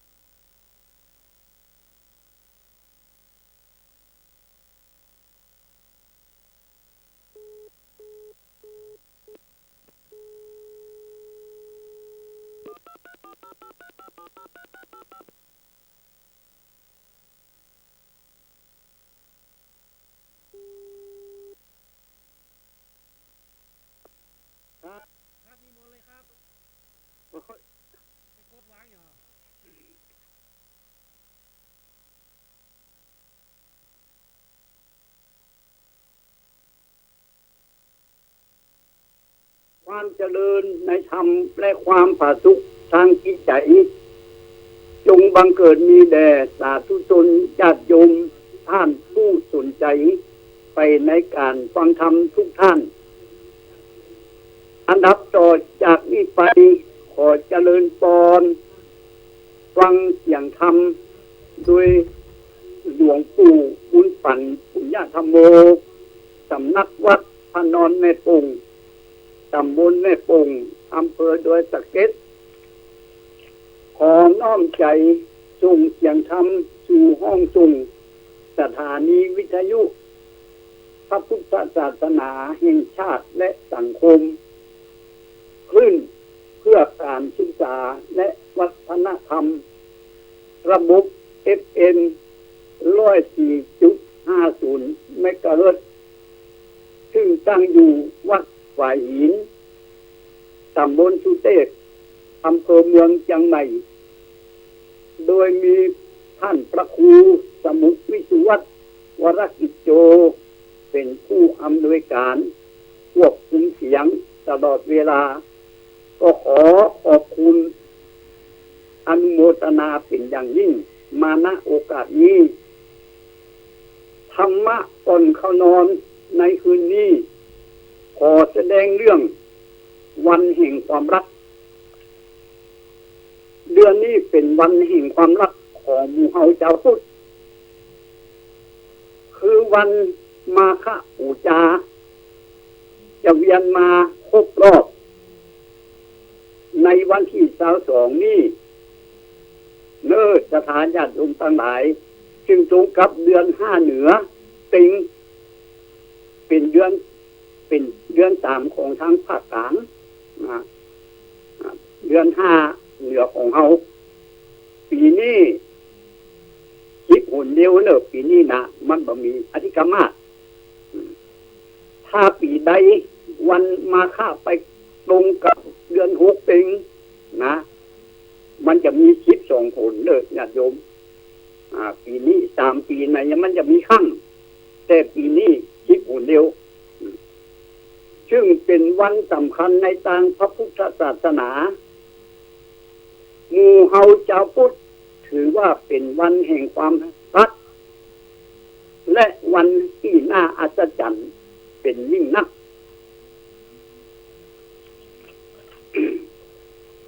อาตมาภาพจะขอแสดงเรื่องวันมาฆบูชาแล้วติดตามเรื่องวิธีสร้างบุญบารมีด้วยการภาวนาต่อพักอีกแล้วต่อไปขอเจริญพรวันได้นับบัดนี้นะโมตัสสะภะคะวะโตอะระหะโตสัมมาสัมพุทธัสสะนะโมตัสสะ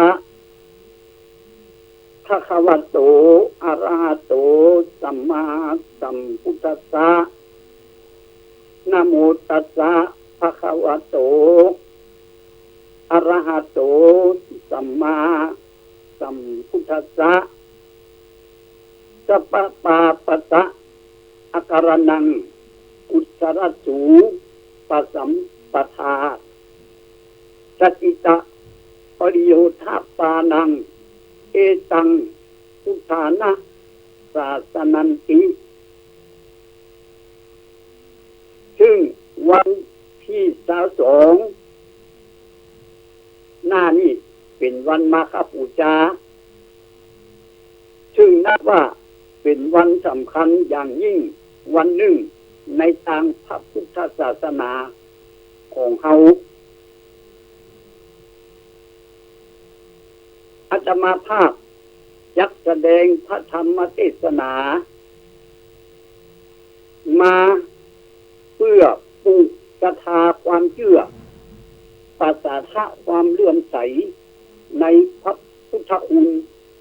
พระธรรมคุณพระสังฆคุณพอสมควรแก่เวลาท่านสาธุชนญาติโยมพุทธบริษัททั้งหลายทุกท่าน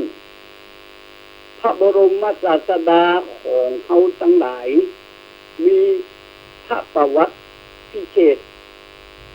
ยิ่งกว่าพระศาสดาองค์อื่นๆพระพุทธเจ้าของเขาอุบัติเกิดขึ้นในตระกูลกษัตริย์ประสูติในพระบรมมหาราชวังห้อมทั้งด้วยวัตถุบริโภคสมบัติรวมทั้งยศรวมทั้งพระยศพระอำนาจแต่พระองค์ทรงสละวัตถุสุขทั้งหลายทั้งปวงเหล่านั้นลดตัวลงลดตัวลงมาเป็นสามัญชนคนธรรมดาอย่างหมู่เฮาเจ้าข้าทั้งหลายนี่แหละโดยพิจารณาหันว่าการยึดวัตถุบ่ใช่ทางต้นทุกข์การยึดวัตถุบ่ใช่ทางต้นทุกข์สุขของมนุษย์บ่จำเป็นต้องอาศัยวัตถุเสมอไปการช่วยเหลือ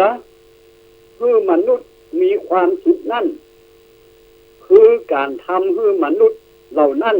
มีความรู้มีความเข้าใจในความเป็นจริงตามความเป็นจริงเป็นการช่วยให้มนุษย์ให้มีความสุขเสมอกัน จึงชนะราชสมบัติเสด็จออกบวชเป็นการ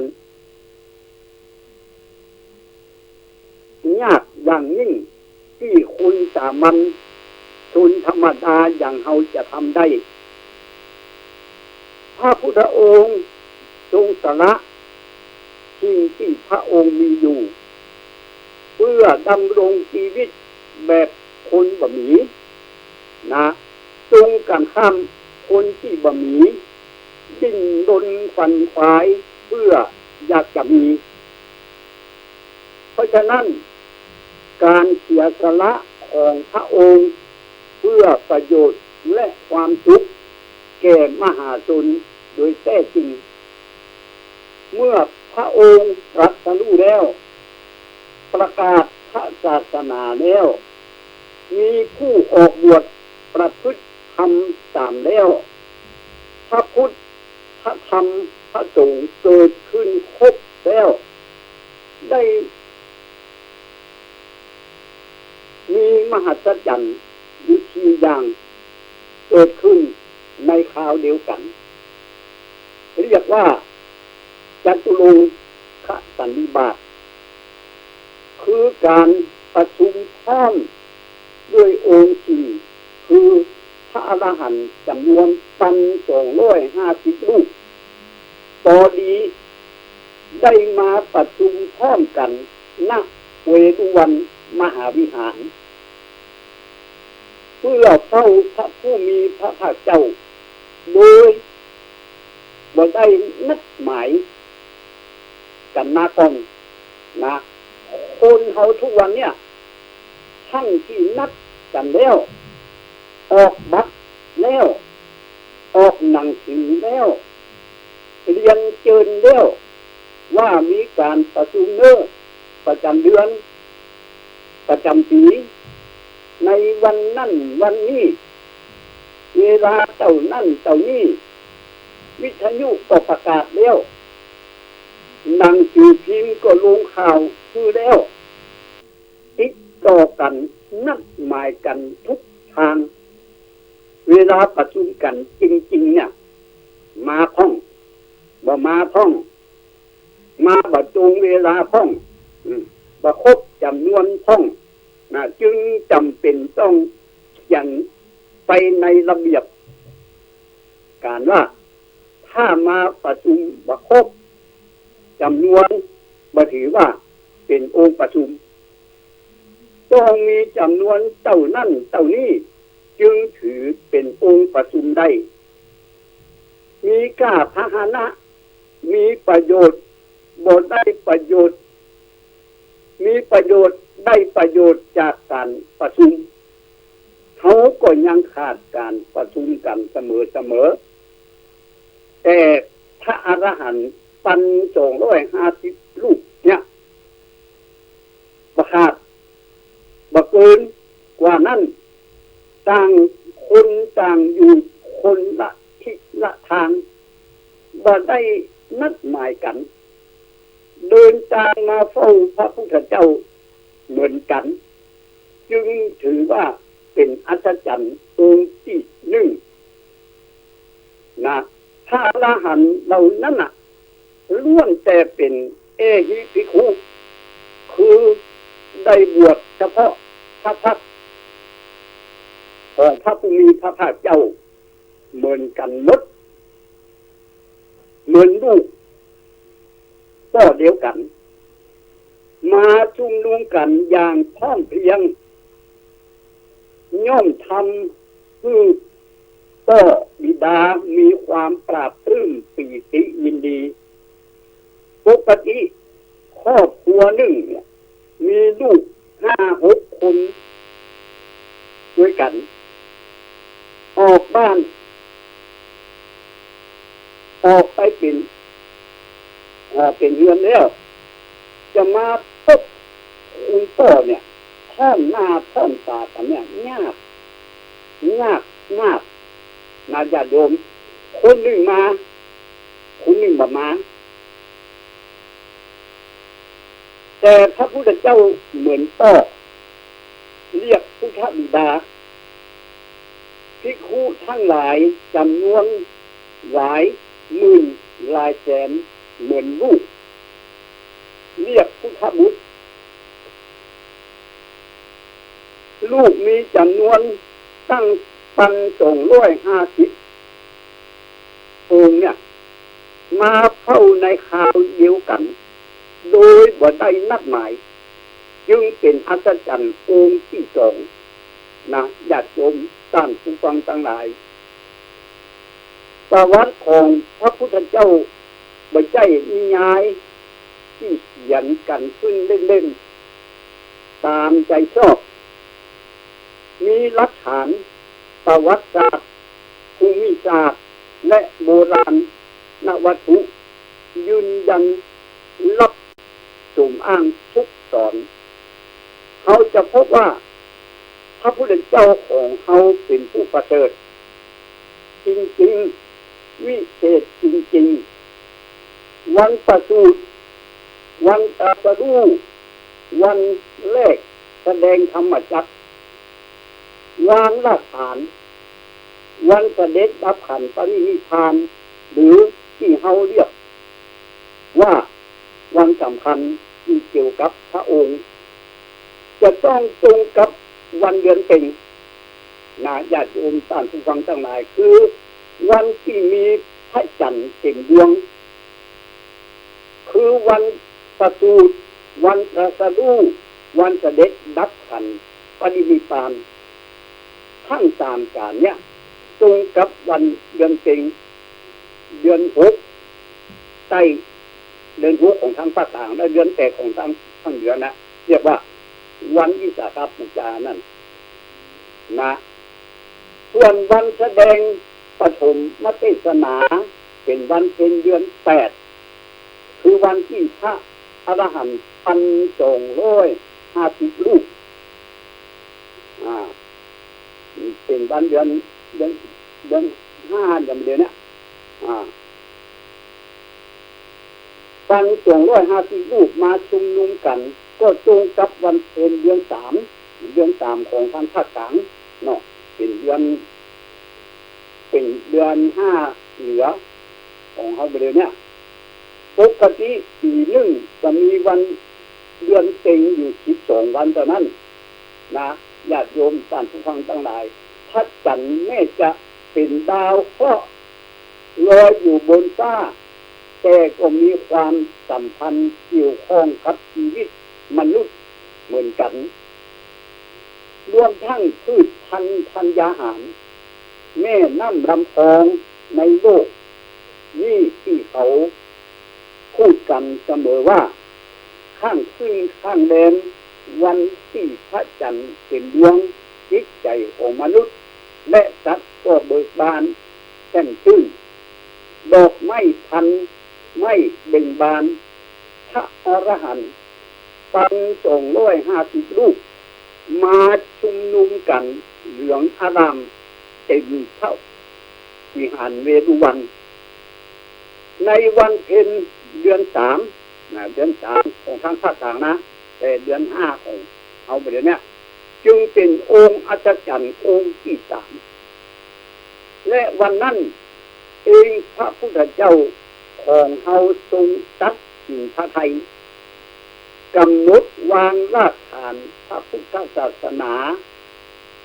เพื่อความมั่นคงต่อไปที่เรียกกันว่าทรงแสดงโอวาทปฏิโมกข์เพื่อให้ทราบว่าพระพุทธศาสนามีหลักการอย่างใดใจความโดยย่อแห่งพระปฏิโมกข์นั้นมีพระบาลีที่ได้ยกมาเป็นหัวข้อพระธรรมเทศนาว่าสัพพะปาปัสสะอาการนังเป็นต้นหลักคำสอนของพระพุทธเจ้าแม้จะมีมากจะย่อเอาแต่หัวใจมีเพียง3อย่างคือนี่ย่อนะสอนบ่ให้ทำบาปทั้งปวงด้วยกายด้วยวาจาและใจสอนให้ทำกุศลด้วยกายวาจา และสอนให้ทำใจของตนให้สะอาด3ประการเนี่ยเป็นการสอนของพระพุทธเจ้าเพื่อป้องกันบ่ให้ไผ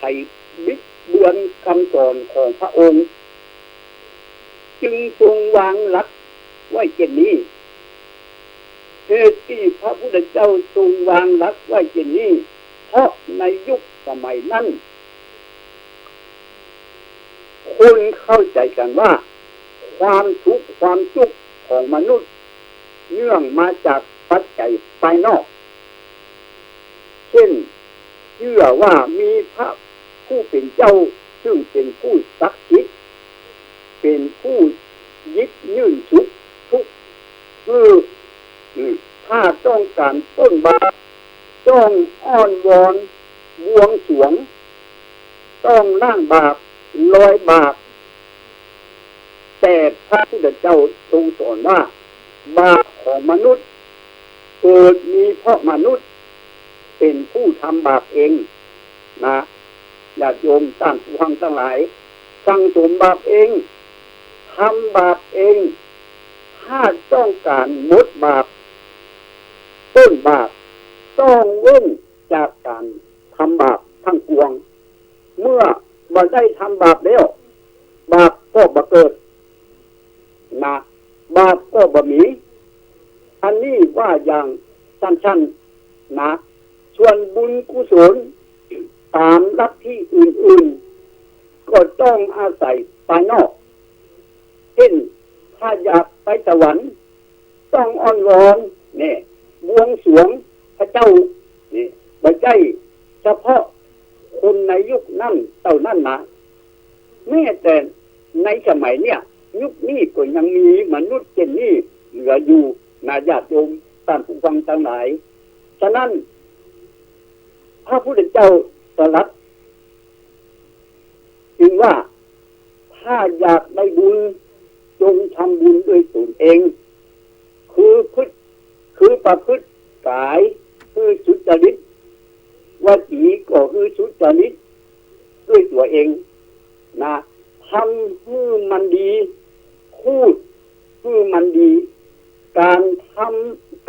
มาทำบาปคือการเล่นกายสุจริต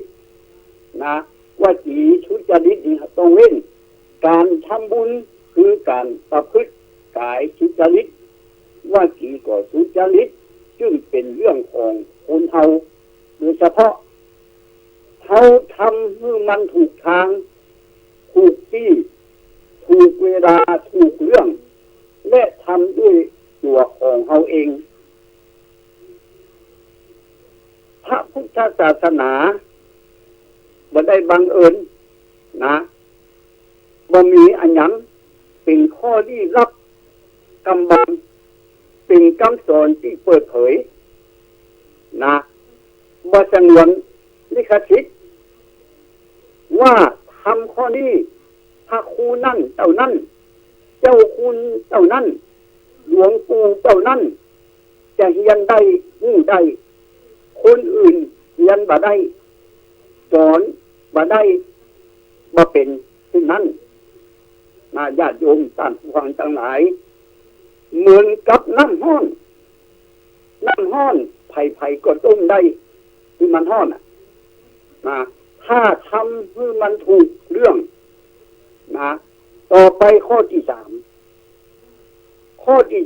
การทำจิตของตนให้สะอาดข้อนี้รวมพระโอวาททั้งสิ้นไว้ในข้อนี้มีอธิบายว่าคนที่ทำบาปทำทุจริตหรือทำสกปรกข้อใจบาปข้อใจสกปรกคนที่พูดสกปรกข้อใจสกปรกใจบริสุทธิ์ใจบ่สะอาดคนเฮาเมื่อใจบ่สะอาดใจสกปรกแล้วแม้จะแกล้งพูดแกล้งทำว่าที่พูดนี่บ้าที่ทำนี่บ้าจุด้วยความบริสุทธิ์ใจพ พอพูดไปทำไปมันเกินไปคนก็เกินไปคนที่สุดก็จับได้ว่าเขาแกล้งทำบ่มีอันยังสำคัญยิ่งไปกว่าใจของเฮานะญาติโยมต่างผู้ฟังทั้งหลายบ่มีอันยังสำคัญยิ่งไปกว่าใจของเฮาสุขทุกข์ทางกายบ่สำคัญช่วยเหลือกันได้นะเขาบ่มีข้าวกินเขาก็แบ่งให้เขากินได้เขาบ่มีเงินใช้จ่ายเขาก็แบ่งให้เขาใช้จ่ายได้เขาเจ็บป่วยทางกายเขาก็ไปช่วยพยายามการรักษานำไปหุงยุกหุงยาได้เขามีภาระเขาไปช่วยแบ่งเบาภาระได้แต่ถ้าเขาอยากเป็นรัฐมนตรีแต่ถ้าเขาอยากเป็นรัฐมนตรีเขาอยากเป็นประธานาธิบดีเขาช่วยเขาบ่ได้เพราะอย่างเพราะมันเป็นเรื่องจิตใจเขานะเขาก็เหมือนกันจงสำเร็จสำรวจนะจงสำรวจดูที่ใจจงสำรวจดูใจว่าใจเขามีความบริสุทธิ์ใจหรือไม่เนี่ยต้องสำรวจต่อที่ใจของใครของมันว่ามีความบริสุทธิ์ใจหรือไม่เขาอาจตอบได้ว่าเขามีความบริสุทธิ์ใจแต่นั่นมันเป็นเพียงความบริสุทธิ์เพียงเรื่องใดเรื่องหนึ่งบ่ใช่บริสุทธิ์ทั้งหมดนะญาติโยมท่านผู้ฟังนั้นทั้งหลายในที่นี้หมายเอาความบริสุทธิ์ใจต่อตัวเองนะชงชานตัวเองอยากให้ตัวเองมีความสุขอยากให้ตัวเองพ้นทุกข์จงมีความบริสุทธิ์ใจต่อตัวเองนะอย่าหลอกลวงตัวเองอย่าเห็นแก่ตัวอย่าเข้าข้างตัวมันทุกข์เพราะมันอยากจงลดปริมาณความอยากให้น้อยลงนะญาติโยมท่านผู้ฟังทั้งหลายมันทุกข์เพราะใจเป็นคนขี้โคตรลดความโกรธให้มันน้อยลงมันทุกข์เพราะความโง่ความง่าวก็จงลดความโง่ความง่าวให้น้อยลงมันทุกข์เพราะอิจฉาริษยาคนอื่นก็จงลดอิจฉาริษยาให้มันน้อยลงด้วยลำดับการชำระใจของตนคือบริสุทธิ์เป็นงานส่วนตัวที่ต้องรีบทำโดยด่วนนะท่านผู้ฟังทั้งหลายทันยังท่องแท้แน่นอนว่าสิ่งที่ทำให้ใจของเขาสกปรกบ่สะอาดมุนหมองเล่าล้อมรำคาญนั่นคือกิเลสอันเป็นรากเหง้าเก้าบุญของความชั่วร้ายทั้งปวงคืออย่างคือโลภะโทสะโมหะอยากได้บ่ฮู้จักอิ่มบ่ฮู้จักพอเรียกว่าโลภะจงกำจัดด้วยความเสียสละอย่าหันแก่อยากได้สิ่งใดบ่ดีสิ่งนั้นอึดอัดโคตรจงข่มความโกรธนั่นแหละด้วยการรักษาใจให้ปกติโดยพิจารณาว่าคนทุกคนเนี่ยของทุกอย่างเนี่ยในโลกเนี่ยบ่ได้อยู่ในอำนาจของเขาจงเอาชนะความโกรธด้วยความบ่โกรธความบ่ฮู้หรือความลืมเรียกว่าหลงนะเรียกว่าหลงทางบ่เป็นไรแต่แก้ไขได้เนาะหลงทางแก้ไขได้ลงใจนี่ก็มันแก้ยาก กรรมโบราณเพิ่นว่าจะไดดุงจิตดุงใจบ่ดีใจแท้บ่เหมือนดังอันดุงต่างเนี่ยดุงเข้าป่าไม้ดุงดอยหนาหนามกับมาหาตังกำเดียวก็ได้ลุงจิตลุงใจภายในจักได้บ่มีวันเนอเชื่อเตอเนี่ยกรรมโบราณเพิ่นว่าไว้ลุงใจคือลุงพิษหันพิษจากความจริงหันบาปเป็นบุญนี่หันกุลเป็นโทษเป็นการตัดประโยชน์เปิดอบายเพิ่นว่าเนี่ยเปิดอบายปิดประตูสวรรค์โดยสิ้นเชิงภาษาพระเรียกว่ามิจฉาทิฏฐินะคุณบาคนนี่บาหันโอ้บาบ่มีบุญบ่มีเนี่ยบ่มีสวรรค์ชั้นฟ้าบ่มีนรกบ่มีนี่แปลว่ามิจฉาทิฏฐิหันผิดเป็นชอบคือว่าหันผิดจากทำนองกองธรรมน่ะจงกำจัดความหันผิดนี่ด้วยแสงสว่างคือปัญญาญาติโยมท่านผู้ฟังทั้งหลายคือต้องกำจัดความหันผิดเนี่ยด้วยแสงสว่างคือปัญญาใจปัญญาเนี่ยขับไล่โมหะไป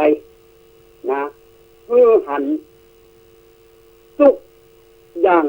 ตามความเป็นจริง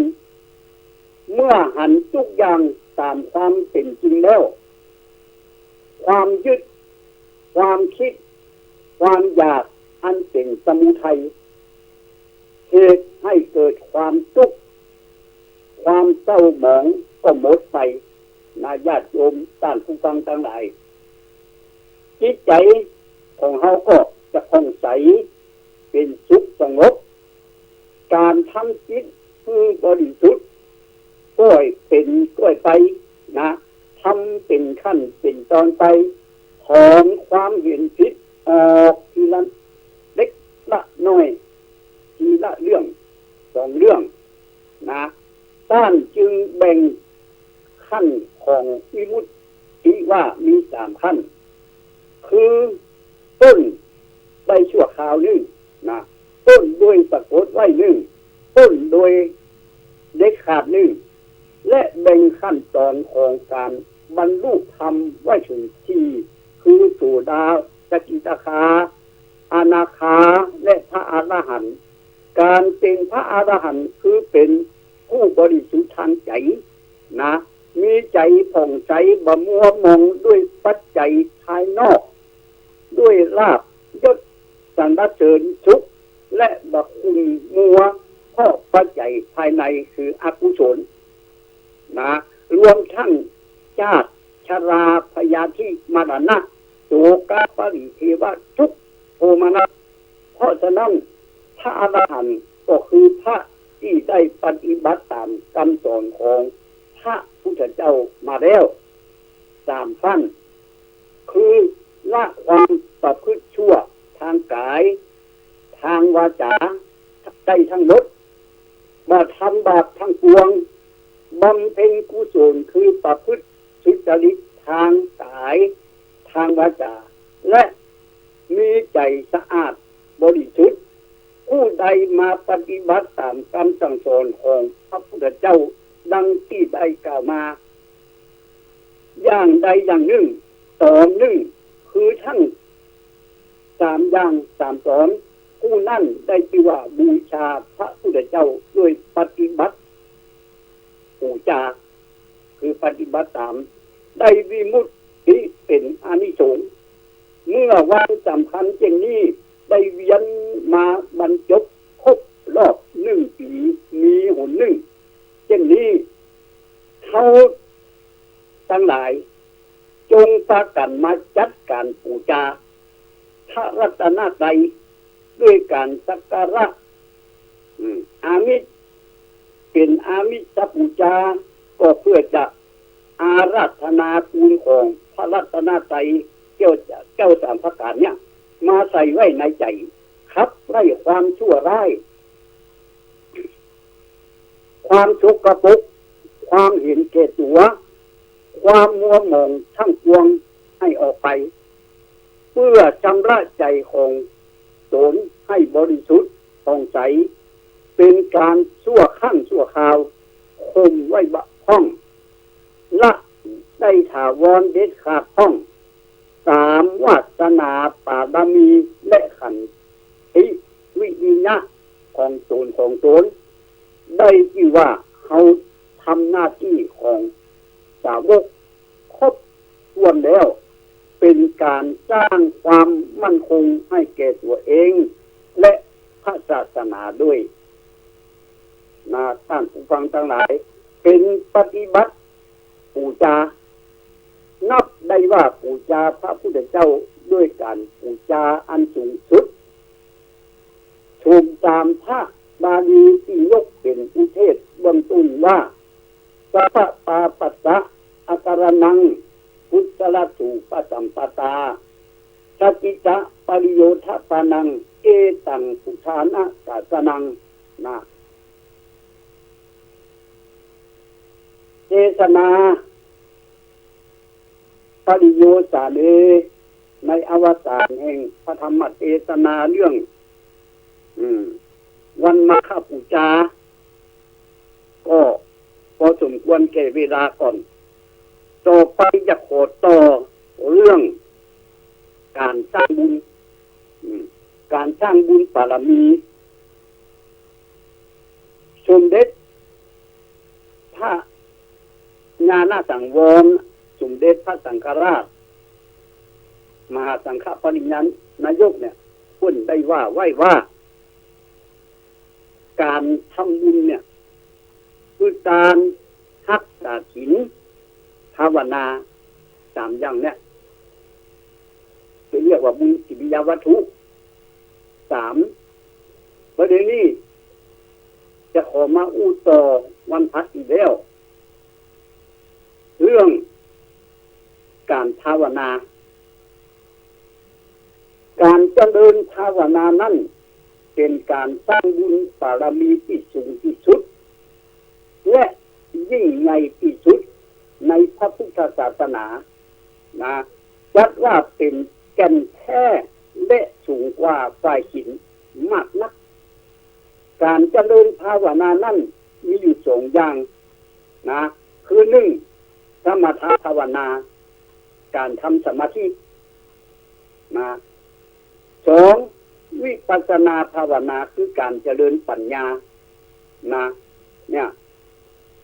ขออธิบายสมถภาวนาก่อนนะการทำสมาธิสมถภาวนาได้แก่การทำจิตใจให้เป็นสมาธิหรือเป็นฌานซึ่งก็คือการทำจิตให้ตั้งมั่นอยู่ในอารมณ์เดียวบ่ฟุ้งซ่านแก่สายไปยังอารมณ์อื่นวิธีการภาวนานั้นมีมากมายหลายร้อยชนิดซึ่งพระพุทธองค์ทรงบัญญัติแบบอย่างเอาไว้อยู่ที่10ประการนาที10ประการเรียกกันว่ากรรมฐานนะกรรมฐาน40เนี่ยอย่างเอาปฏิบัติกันถึงวันนี้ก็เอาพุทโธนะเอาพุทโธเป็นที่ตั้งนะเป็นที่ตั้งซึ่งผู้ใดจะเลือกใช้วิธีใดก็ได้ตามแต่สมัครใจทั้งนี้ย่อมสุดเลี้ยวแต่อุปนิสัยและวาสนาบารมีที่ได้เคยสร้างสมอบรมมาแต่ในอดีตชาตินะเมื่อสร้างสมอบรมมาในกรรมฐานกองใดจิตก็มักจะน้อมชอบกรรมฐานองค์นั้นมากกว่าองค์อื่นๆนะบางคนก็ชอบยุบหนอปองหนอนะบางคนก็ว่าสัมมาอรหังบางคนก็ว่าพุทโธพุทโธได้หมดนะได้การเจริญภาวนาก็ก้าวหน้าเร็วและง่ายแต่นะไม่ว่าจะเลือกปฏิบัติวิธีใดก็ตามจำเป็นอย่างยิ่งที่จะต้องรักษาศีลเนี่ย ญาติโยมท่านผู้ฟังทั้งหลายต้องหารักษาศีลก่อนคือครบถ้วนบริบูรณ์ตามเพศของโจรเสียก่อนคือหากเป็นฆราวาสเป็นคือฮัตธรรมดาเนี่ยก็คือต้องรักษาศีล 5เป็นอย่างน้อยนะหากเป็นสามเณรก็จะต้องรักษาศีล 10นี่หากเป็นพระก็ต้องรักษาศีลปาฏิโมกข์227ข้อคือบริบูรณ์บ่ฮือขาดและดังพ้อยจึงจะสามารถทำจิตใจให้เป็นฌานได้นะหากศีลยังบ่มั่นคงย่อมเจริญฌานคือเกิดขึ้นได้ด้วยยากเพราะศีลนั่นย่อมเป็นบาดฐานเป็นกำลังเพื่อเกิดสมาธิขึ้นอานิสงส์ของสมาธินั้นมีมากกว่าการรักษาศีลอย่างเทียบกันบ่ได้ซึ่งพระพุทธองค์ได้ตรัสว่าแม้จะได้อุปสมบทนะเป็นภิกษุรักษาศีล227ข้อบ่เคยขาดบ่ด่างพร้อยมานานถึง100 ปีเนี่ยก็ยังได้บุญกุศลน้อยกว่าผู้ที่ทำสมาธิเพียงคือจิตสงบนานเพียงชั่วไกลตะพือปีจ้างกระดิกหูเนี่ยคำว่าจิตสงบในที่นี้หมายถึงจิตที่เป็นอารมณ์เดียวเพียงชั่ววูบนะที่พระท่านเรียกว่าคณิกะสมาธิเนี่ยคณิกะสมาธิคือสมาธิเล็กๆน้อยๆสมาธิแบบเด็กๆที่ละอ่อนน้อยกำลังหัดตั้งไข่เนี่ยคือหัดลุกยืนกับเด็กก็ล้มลงเนี่ยนะล้มลงเรียกก็ลุกขึ้นแถมยืนใหม่เนี่ยซึ่งเป็นอารมณ์จิตที่ยังบ่ตั้งมั่นนะสงบวูบลงเล็กน้อยแล้วก็รักษาไว้บ่ได้ซึ่งยังห่างไกลต่อการที่จิตถึงขั้นเป็นอุปจารสมาธิและฌานแม่กันนั้นก็ยังมีอานิสงส์มากมายถึงเพียงนี้โดยหากผู้ใดจิตชงอารมณ์อยู่ในขั้นคณิกะสมาธิแล้วบังเอิญตายลงในขณะนั้นนะอานิสงส์เนี่ยจะส่งผลคือได้ไปบังเกิดในเทวโลกชั้นที่1คือชั้นจันตุมหาราชิกาหากจิตยึดในใจสารณคมมีพระพุทธพระธรรมพระสงฆ์นะเป็นที่พึ่งอันสูงสุดด้วยก็เป็นเทวดาชั้น2คือดาวดึงส์ดาวดึงส์สมาธินั่นมีหลายขั้นตอนนะมีหลายขั้นตอน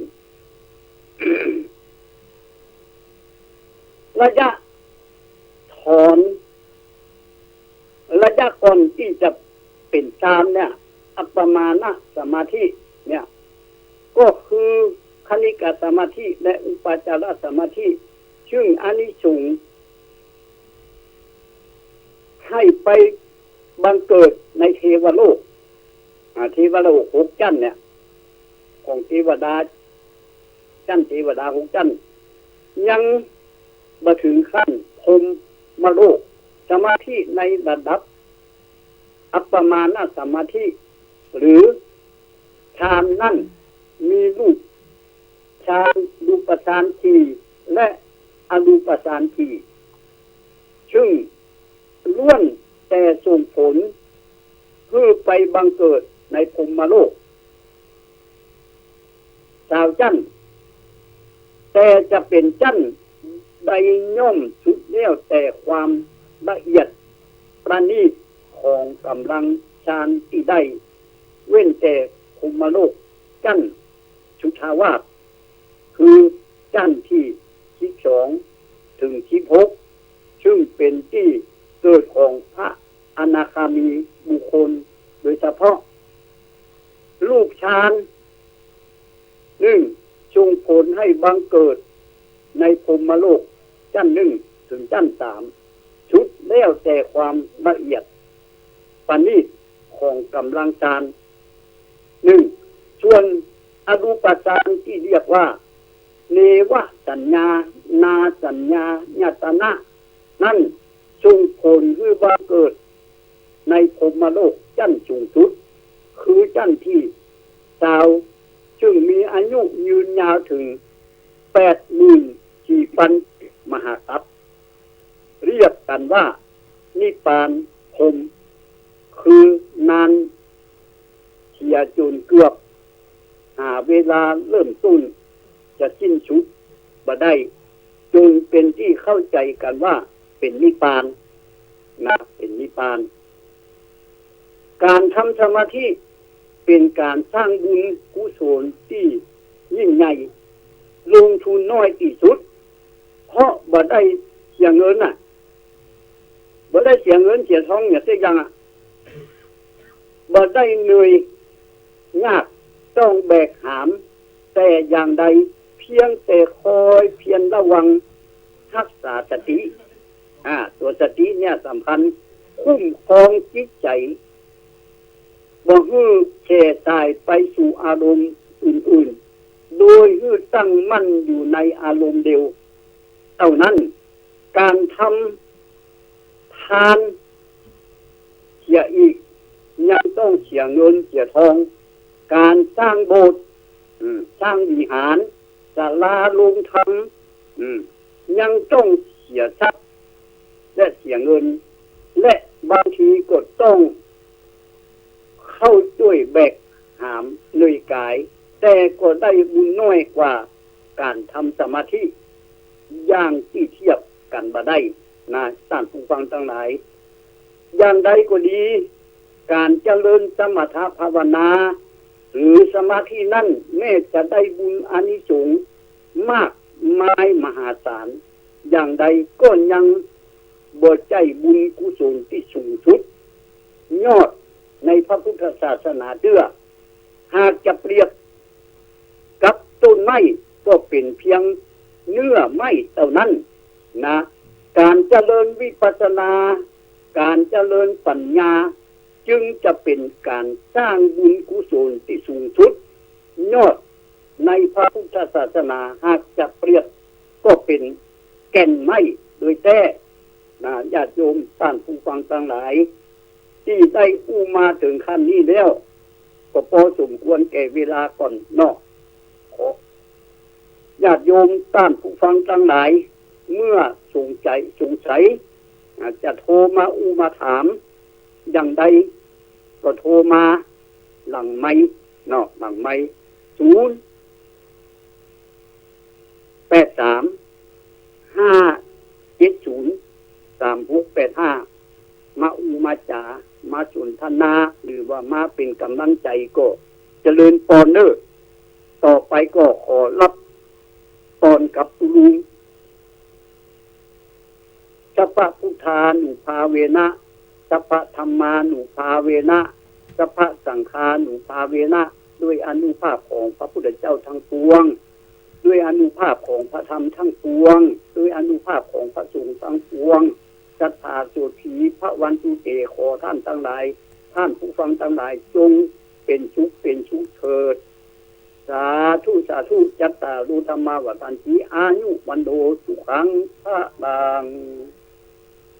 ขอเจริญพร